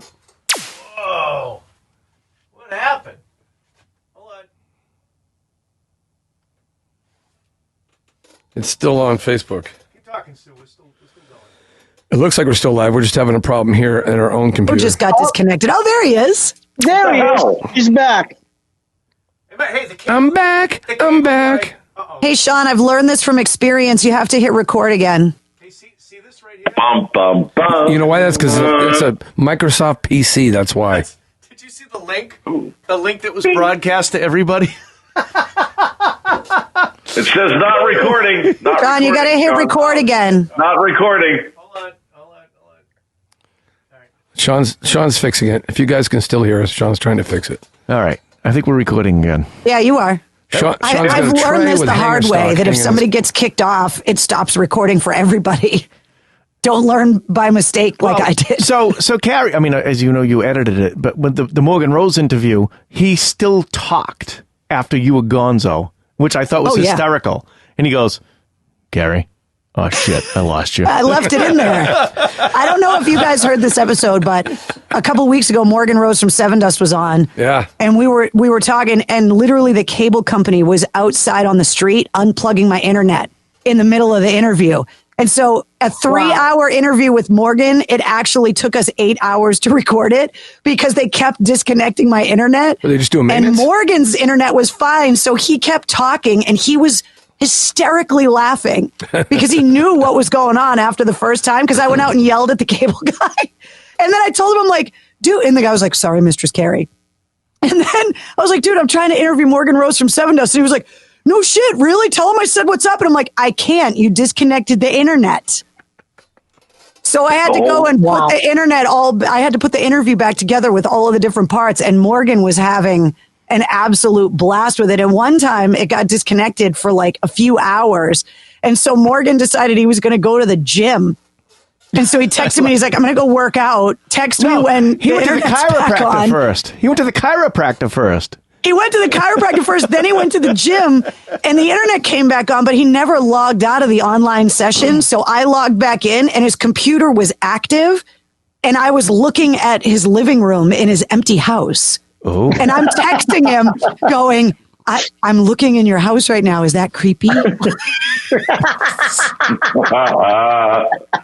that interview, it took an 8-hour time span because the internet kept getting disconnected. And that was very interesting. So that's how I know that you have to keep hitting record if somebody gets disconnected. Oh my God, you broke the internet. You broke the internet. Yeah, we're going to break the internet with this one. But he was really funny about it. I mean, he would thank God it was him and not somebody else, because he was super understanding about it. He's like, I'm stuck in my house. It's COVID. Like, where the hell am I going? Don't even worry about it. Right. No, it was, I love Morgan. Did you see the tweet? Oh, we lost somebody. We lost Mark. So the cable guy's in front of Mark's too. You got to hit record again. Oh, it shut him off? Every time somebody disconnects, it stops the recording. Sean, I'm just going to call out the Army group text. They're all bashing us, saying it's the most boring show they've ever seen. Well, we'll bring one of those pricks in here. They'll fucking fall asleep. Well, most of those pricks don't even have Facebook. They don't have Facebook. So they can't watch anyway. What are they bored with? They must be on a detail or something. All of them. Fucking pension pricks. Pension pricks. Pension pricks. Oh, Carrie's to the left now, Mark, so all right. Hey, we did a little rotation there. With the shiny people over here and with the happy people over here. I got bumped out. So I just rejoined. Cable company unplugging your shit outside? Yeah, there was a guy outside unplugging me. There's no He's at Mike's house We now. just lost Grady. And now you got to hit record again.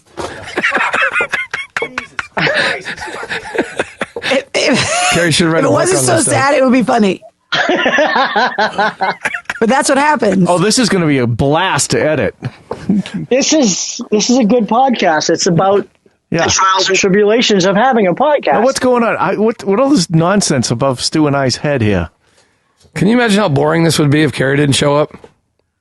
It's true. I was watching you guys. Too far, Sean. Too far. Too far, Sean. Go back. Can't see your head. No. Now, listen. It's perfect. Because you're cutting your heads off. Yeah, your heads are. You look like the headless horseman over there. Hold on. There's Mike. Not on Facebook. Now, hey, Mike. Now we're cut off. Cable guy's getting Mike, around. you go pee? Mike had to go pee. I did not. I already went and peed. Did you poop? No. All right. I already peed. Eddie Denny says, close the yellow box. You can see that on Facebook. Oh, Christ. Eddie. Sean, you're the that's worst the good thing podcaster about ever. Bamboozled is that you guys can just take pee breaks and stuff. I'm in the war room by myself, so I can't just be like, hold on, everybody, I'm going to go pee. I'll be right back. Like, if I have to pee, I have to hold it. Oh, Stoney's like tough guys behind the microphone. Stoney. Oh, you could do what I accidentally did once. Peed your pants? Once? No, I peed in the trash barrel. Remember that? Great, Mike. Mike was there Well, I believe you because Oh you my have a God, shower and a toilet in the same room. During the show? during the show. Yes. That was the Dave You could hear Stenya it. show. You could Somewhere hear it. undisclosed in the Boston It area. was terrible. It was. I had That to go was so bad. pre-video. Pre-video. Thank God. That was the first wave of COVIDs.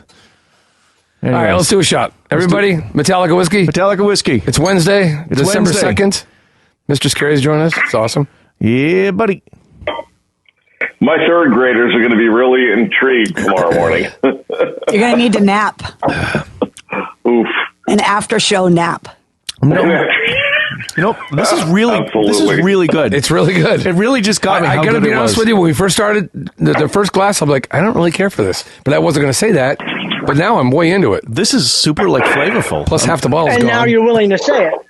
Now I'm willing to say it. No, I wasn't willing to say it. It's just it's that palate thing that you guys were talking about with Keith and Right. and Chip about Louis the 13th, and it's just after a couple of them, you start to really take in the flavors you don't really get at first, like ratatouille.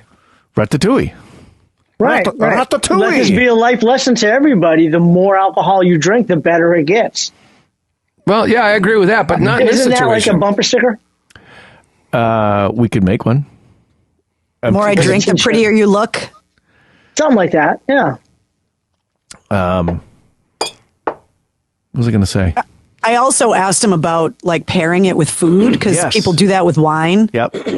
And his whole thing was like meat and potatoes was like Sure. the pairing that he would do with the whiskey, which I thought was pretty good. Well, meat potatoes. Like a steak and a baked potato or something. I thought like would go really That sounds good. really good right now. Yeah. So meat and potatoes. Mike and I did a Budweiser. Remember, Mike, maybe we did the Budweiser one, and the audio was terrible. So we never printed it. But my favorite combination of booze. I mean, booze is booze. Yeah, That's not really true. the only time I can have a Budweiser, an ice cold Budweiser, is with a nice steak and a potato. And it goes to show you that anything will go with that combination of food. Now, the Metallica whiskeys, any of these really good whiskeys, you have that with a steak and potato, that's great. But that's just too simple. It's too simple. Where can we bring the whiskey? Can we have it with scallops? Carrie, You got to get a chef on the show. we got to get I love. Oh, that's a great idea, Carrie. Mike's just hungry. Yeah, where can we? Well, no, That is a good idea. Mike, I'm going to send you over a pizza right now. I ate the scallops. Sounded really good, but no, it's a good idea. Because I bet if you gave a bottle of this to a chef and then asked them to break down like the flavor wheel, like you were talking about, and then to try and make a meal that would complement the whiskey, I bet they could come up with it. Plus, it would be an excuse for you guys to get free food in the studio. I would need a 12-step program and a treadmill. Hold on. Carrie, we're in an undisclosed location in and around Boston, according to G-Money. Can you imagine bringing a chef into this studio? With food. You could put the food right on what's behind the camera right there. Just clear it off and Could put do the that. trays right there. There's a toilet and a shower in the same the room. room right next to Stu. It's good storage for food. Yeah, it's good storage, yeah. Well, Are the end of food. Or the end of chef food. can cook your scallops upstairs and bring them downstairs. An undisclosed location in and around Boston. listen, It's a we good can't place talk. for scallops. We just can't talk about it. It's way too top secret. We can't talk about what's going on over here. Oh, Mark, you're killing me right now. Are we in dude. Medford? Are we in Southie? I don't know. Maybe we're on. It's Stoney's house. We could be anywhere. Two things people do not need to know is how we make podcasts and how people make sausages. That's right. That's right. Don't ask the questions Just you don't keep want that the quiet. answers to. That's right. Everybody needs sausages. Eddie, I think Eddie Deddy is drinking. I bet sausages would go great with this whiskey. Yes, now you're talking. Portuguese Are you hungry? chorizo. Are you hungry again? I took some of that Chinese food home. I'm sure they would. We had enough Chinese food for all 6 of us. It was great. Stu ordered the sushi. What do we got? Unagi maki with cucumber. Yeah. A little California. Maki. You ordered an egg roll because you need an egg roll. I think you're still in I got eighth, a- Oh, you ordered eighth egg grade. roll. Oh, maki. Then we had edamame. Then we had Yeah. crab rangoons. Carrie likes the All right, I'll edamame. stop. And then we had I love it with garlic sesame salt. chicken Oh, with it's the pork fried best. rice. And $100 with the 2 shots of whiskey is $100. I thought it was good. I don't know. You could have bought 2 bottles of the Metallica whiskey for that. Yep. Or less than that. So guys, we ate up all the Bamboozle budget tonight. This is the last show. Good night. I didn't know we had a Why? You budget. finally figured out how to do this live. So, Carrie, I said, What? Sean, I got here at 4:30. Sean cannot figure out how to get this whole live thing going. I said, didn't you just do this 2 weeks ago? He goes, Yeah, but he doesn't remember I it. don't He was remember so housed on his birthday. I was housed. I have a picture of me. I took a selfie with Sean 2 minutes before he put himself to bed. And I don't even think he remembers taking the picture. Housed.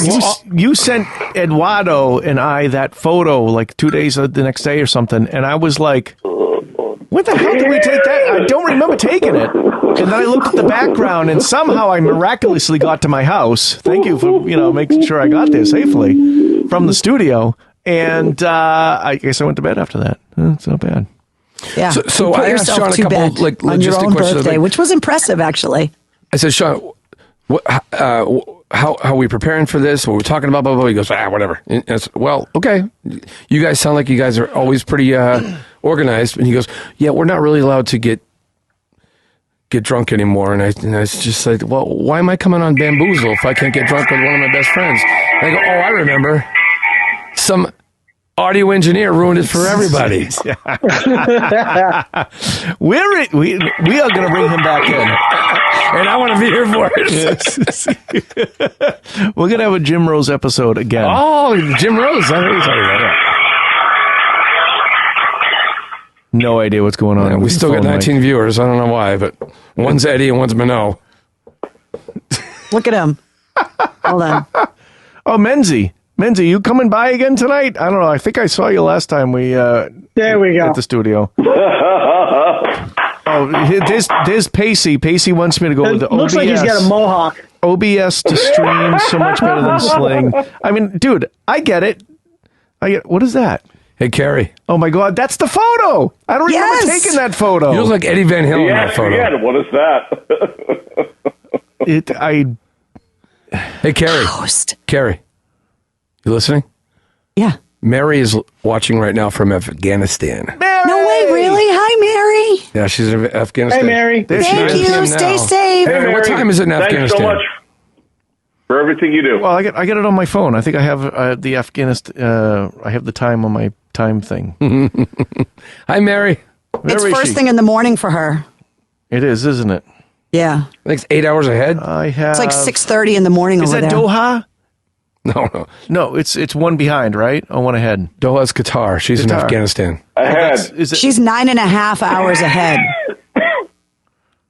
Abu Dhabi? It's 6:30 a.m. right now. Kabul is 6:30. 9.5. So it's Abu 6:30, Dhabi's okay. 9. Okay, got it.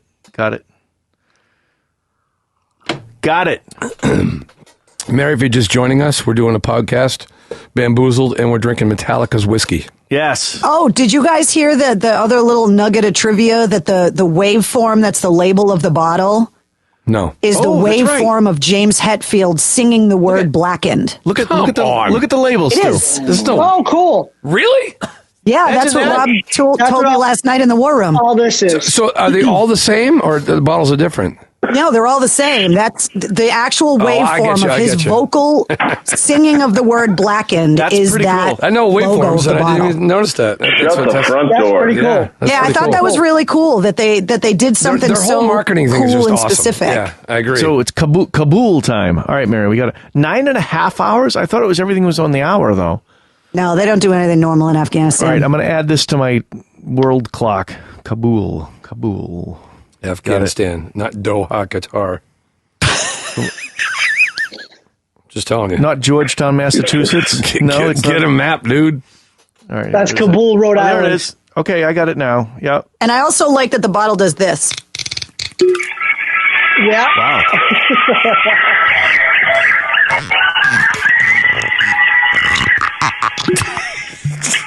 I like the noise. That sounded like Eduardo going for his wallet. That's what.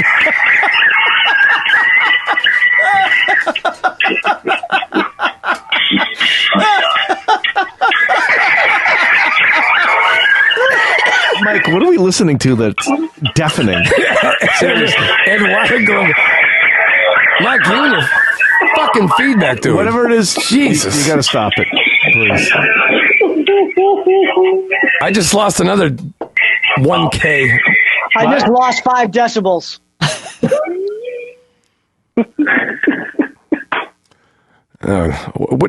Where are you, Mike, right now? Laying on a bed? He's in a sleeping bag in the. Is that your red room? In the fort. Is that your red room from It's a sleeping bag fort. No. 50 Shades of Grey? Grady? 50 Shades of Grady. 50 Shades of God, Grady. is I this like going to ever that. end, or we're just going all night? For the love of God, make it end. Hey, you know what's funny, Mike? Is the now that you switched to the ear pods, I'm not sure you even need that thing in the background. You can take that down and let people see the picture of me you have on the wall. You don't want to see what's back there. Oh, now we really do, though. I got 2 words for you. Bobby! Bobby! Where is he? He's watching. Is he watching? Leslie's watching, too. And my backpack. The casting couch back there at Bamboozled. Bobby Shore. Did you get No, that we couch miss you on the too. internet? We gotta as soon as this hush shit's over, we're gonna all get together and do stuff. So we're talking about whiskey, and now we're just no idea what we're talking about. We get drunk and we ramble. Who's drunk? I'm not drunk. I'm just saying. like a bunch of we in old general. men. Hey, speak for yourself. Right? Sorry. Carrie just woke up from a nap. Sorry about that. She naps till 7 p.m. I'm jealous. I did. It was such a good nap. You know when you have a good nap and you wake up and you're like, God, I needed that today. Yeah. It was like the perfect nap. I love naps. I like that. Naps. It was. It was the perfect Plural. nap. Who naps? I sleep till noon. Oh, it's shot. We just had a private conversation earlier, so I'm just giving private jokes, inside jokes, and he's getting all mad at me. I'm just going to keep sipping this whiskey. So what I'm going to do, okay? So when I get up tomorrow, when I go to do whatever it is I got to do you realize that I set unattended fires in people's houses? You sure you want to broadcast that over Bamboozled? Well, I'm just saying that's what I do for work. Not literal fires, obviously. No fires. So you're literally going to burn people's houses down? No, I didn't say that. I set unattended fires, machines that have unattended fires in their homes. So if you want to be warm, we're going to install a machine that burns fuel. Then when I'm going to leave, it's going to do it all by itself and keep you warm. Does that make sense? No. Hey, Sean. No, Why is it that? doesn't. Why is that fucking so difficult? Please somebody change the subject before we get shut down. Christ. Hey, Sean, look at this Sean, guy. What happened? You know what you never did? Oh, that's him. Yeah. Mike, what didn't I do? You never did the safety log. Oh, where is it? Are you ready? I'm ready. I'm ready. Hold on. We got safety. Do I have to take these off? Hold on. I gotta make sure the J2000 is. Because whatever Grady puts out is really loud. No. I'm gonna be broadcast. I'm gonna be setting it up as long as you hold on. Stand by. Let me just make sure that I get this on. Oh god! Yeah, I'll tell you what. This remote shit sucks because I got to play it through the frickin' Walkman to get into the thing that does the thing that turns the fucking mousetrap that knocks the domino that pushes the I other like when thing. Sean does technical stuff. And I let him help wire MCHQ. MCH. And I let him advise me how to run a band for a long time. Bobby fucking Stoney's like whiskey and dick cake. Oh, we talk about the dick cake. There's a lot to talk about with that dick cake. All right, stand by. Stand by. What the hell was that? Dick cake. Dick cake. That's Gary Morley right there. Maybe I'm hungry. All right. G-Money, you ready? I'm ready. This better work because I'll be so disappointed. Here it is.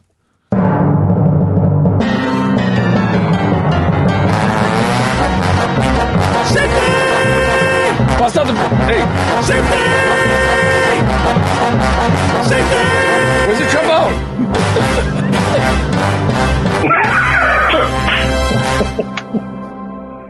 All right, today brought to you by Bamboozled.Boston. 12 surprising facts about alcohol, drinking, and health. Number 1, drinking alcohol in moderation is linked to better health, longer life, than either abstaining from alcohol or abusing it. Number 2, drinking in moderation reduces the risk of developing many diseases. They include, among others, senility, including Alzheimer's disease, COVID. cardiovascular diseases, rheumatoid arthritis, enlarged prostate, Large COVID. type 2 diabetes, osteoporosis, stroke, gallbladder disease, kidney cancer, thyroid cancer, Hodgkin's lymphoma, non-Hodgkin's lymphoma, peripheral artery disease, metabolic syndrome, essential tremors, hepatitis A, kidney stones, Parkinson's disease, arteriosclerosis, stress and depression, common cold, fatty liver disease, asthma and lung disease, abdominal aortic aneurysms, hypertension or high blood Holy pressure. shit! What are we getting? Fucking. Heliobacter pylori infection, and intermittent claudication. Number 3, moderate drinkers are less likely than abstainers to have coronary heart disease and heart attacks. This is important. Coronary artery disease is the major cause of death in many parts of the world.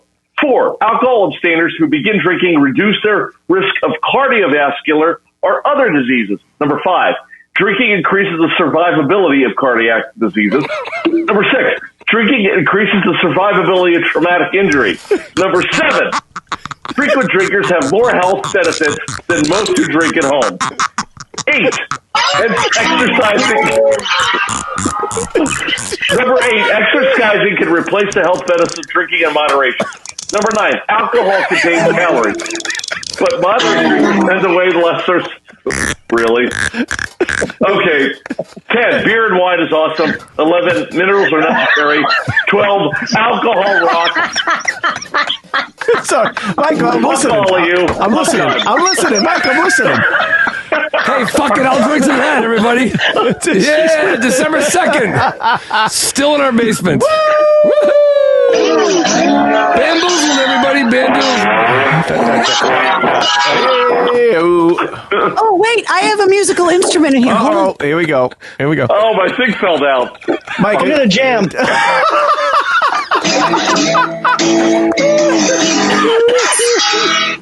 yes, Carrie, You got a triangle? hit it again. Hit it again.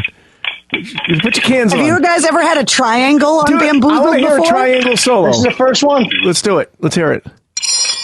We all got to jam together. You got a percussionist in that studio? Dude, I got bongos. You want bongos? You need backup bongos. I need backup bongos. Mike, what the hell is that? That is the most annoying instrument ever on the planet.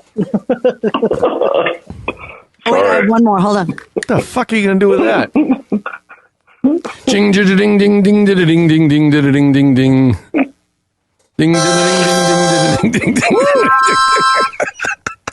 You guys know how to play a plunger? Down. Oh my god! Sounds like the ocean. Just smells worse. I can't believe I'm touching Sean Cochran's blood. Look at these. Stu, touch Nice these. bongos. We're losing viewers faster than.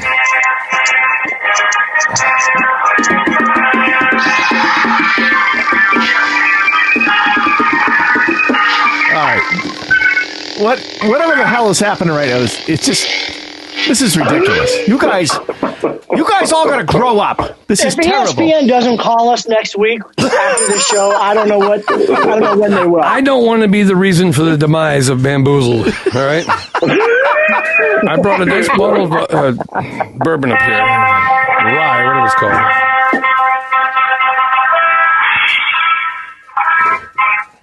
All right. Sean, Minogue just Stu, said, your "That's best why I friend don't John drink." Williams would appreciate the classical instruments.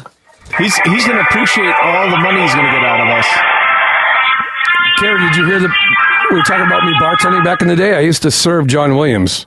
I know that's what I heard you guys talking about that earlier. Like he drank. I didn't take him for a white wine guy. Yeah, it was No. Sauvignon Blanc. That was his thing. Sauvignon Blanc. Mike, that's so loud. I want to. How do we still have 20 viewers? Those are the lawyers for John Williams. That's Eddie. This is why Those we are can't the have people nice that things. drive by the car accident and can't stop and it can't not look. Like Right. they're the ones that are just waiting for the crash and burn at this point. Oh, it's crashing and burning already.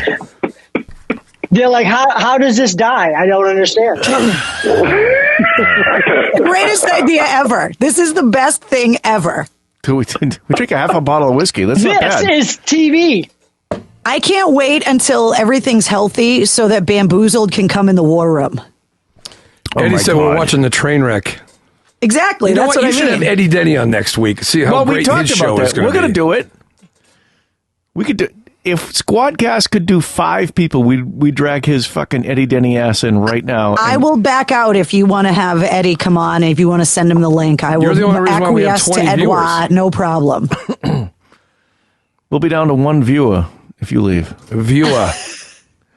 I know. Carrie's the only thing holding people in here at this point. Yeah. No. Gary's I'm the just trying glue. to keep you guys in the straight and narrow. So just keeping trying us to keep afloat. bringing you back to the whiskey. Like, So Carrie, okay, bring you- it back to the whiskey. you show For prep. those who don't know, You show prep the whole thing. I did all your work for you. You did all the work. I think Grady had too much whiskey. Yeah, you might be right. That is what this is. This is totally the cantina scene. Totally. Dun, dun, dun, dun. I'm glad you could understand what that was. I couldn't understand what that. It was really I knew bizarre. this I was going to get out. We're dinner. I go, so what's the game plan? He goes, hey. No I don't know. idea. Yeah. Let's just go have some fun. I go, well, all right. Is it not fun still? I'm having an absolute blast. I told you, okay. I feel starstruck. I feel like I'm in the Howard Stern show for the first time. All After right. listening to all the amazing shows I listened to before, this is not exactly how. No, I'm just kidding. I'm having a blast. Well, wait till we can have like a full thing. So what I want to do, all right, everybody pay attention. I want to take the Squadcast and I want to take one of the screens and make it a Zoom screen and then put 50 people in one block like the Brady Bunch, but like subdivide the Brady Bunch and then just have people just shout and fight for attention or the spot or the microphone or whatever it is. What are you drinking, Mike? He's got a fucking flask. Eddie just said, Bam Stoodled. It's not Tuesday, it's Bam Stoodled. Bam Stoodle. Oh, now we have a cat in the picture. Mark likes cats too. I like cats. Oh, Hey, look at you. Is he like kissing you? that cat would eat both of Sean's dogs for breakfast. My dogs.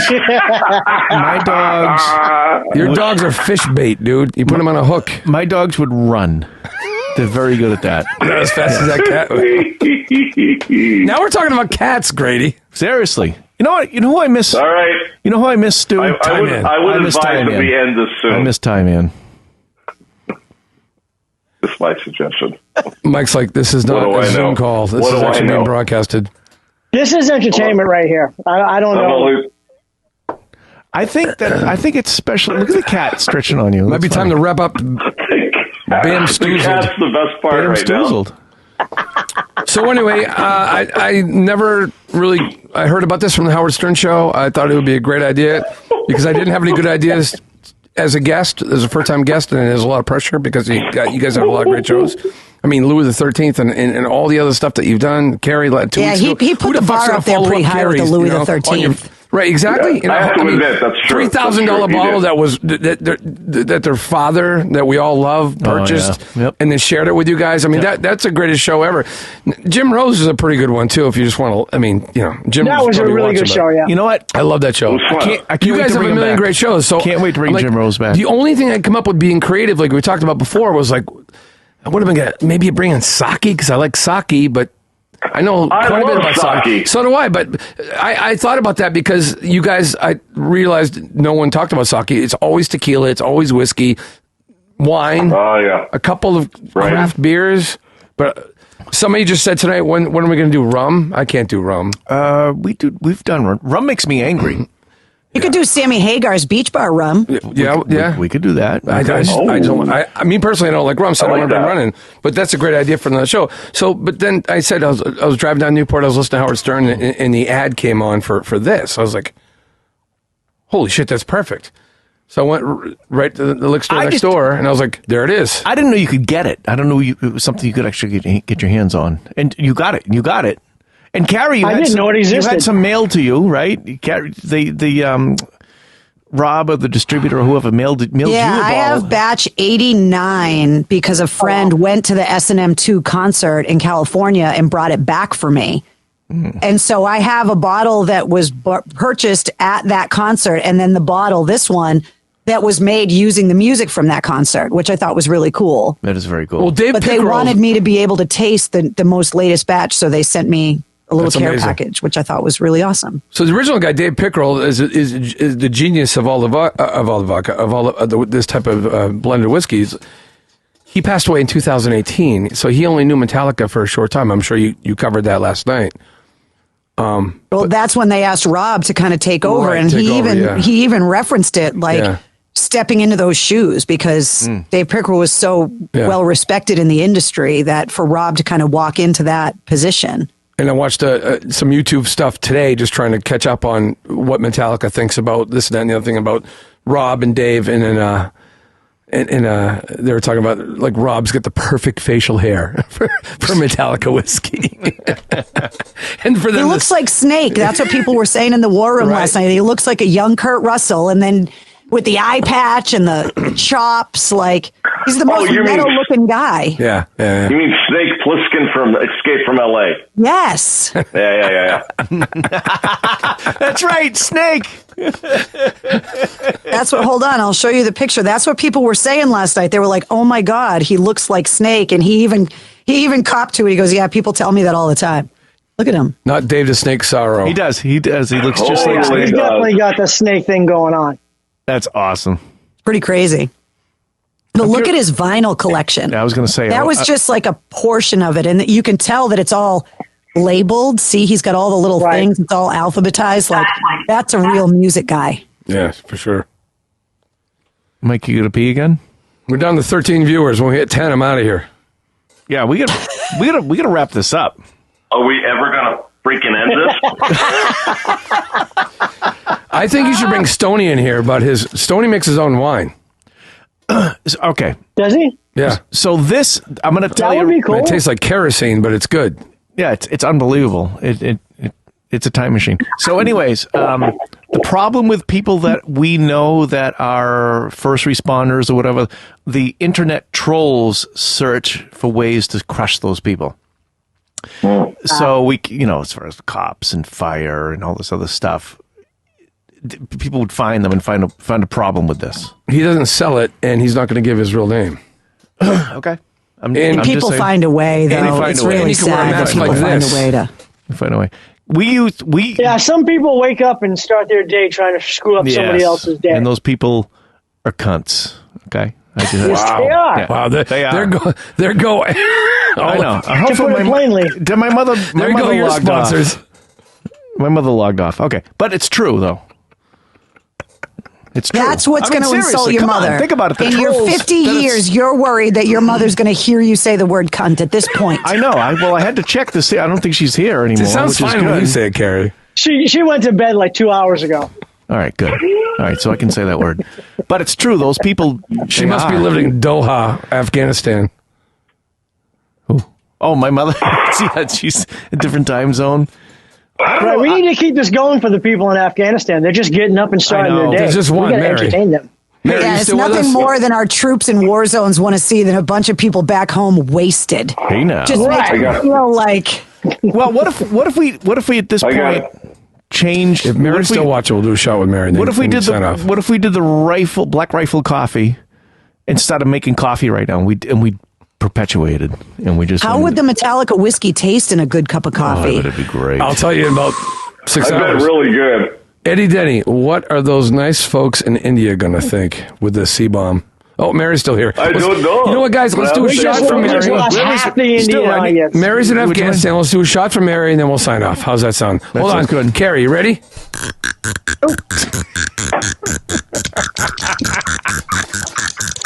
This one's from the worst show to the best show ever. I love the noise. It's so good. Sounds like Sean's chair. It does. My chair's terrible. It's like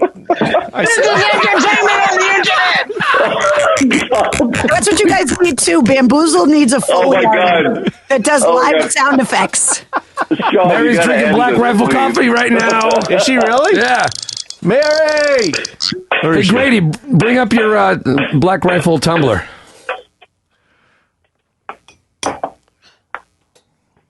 That what? Grady, bring up your Black Rifle tumbler. I got the shirt on. Nice. Mary's There drinking you Black go. Rifle coffee right now in there. Afghanistan. The best freaking coffee on the planet. Yep. Well, thank you guys for having me. First time ever on Bamboozled. Stu is taking the initiative. He's signing the show off. That's actually Well, pretty you good. would. Hold Thanks on, for let letting me me check crash. my J2 I'll be 55 205. years old before you freaking end this thing. All right, I got it up. Mary, I'm we love almost you. ready. I think it says something This when goes the to Mary. guest This is ends the Mary. show. Hold on, Stu. Hold on. She said murdered out. My favorite. What? Dude, that's awesome. All right, Mary, I love you. Thank you for the birthday message. That was great. Thank you for everything you do. And your service. And your service, of course. And everybody Thank you work for your with. service. And are we signing off? Thank you. It's up to you. I mean, I think we can Please. sign off.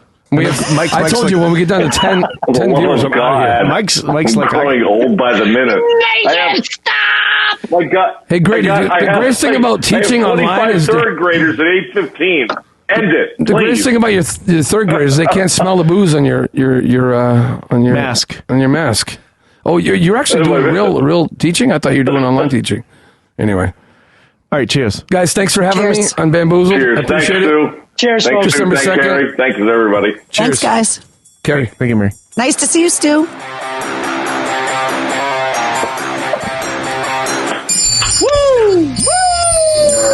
Triangles rock. All right, good morning, Mary. Oh my God, I'm housed. This is great. I'm housed. All right, Oh my God, I'm housed. What happened? This is what happened. Two-thirds gone. all right. Bamboozled.Boston. Thank you, everybody. Yeah. MistressCarrie.com. Thanks for popping in. I just texted you the link and you just popped in. I loved it. It was great. Come on, son. You know who that is? Is that you playing bass? No, that's Scott Latula playing. He laid it down. The bass? Well, not the bass, but he inspired me. Good night, guys. Thank you very much. Yeah. All right, good night, everybody. Good night. Don't call me in the morning.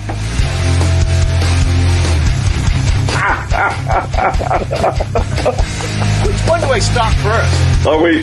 Just pull a plug. End it. Just somebody shut the power off. Call Turn Comcast. How the hell do I stop? Turn off the recording. Turn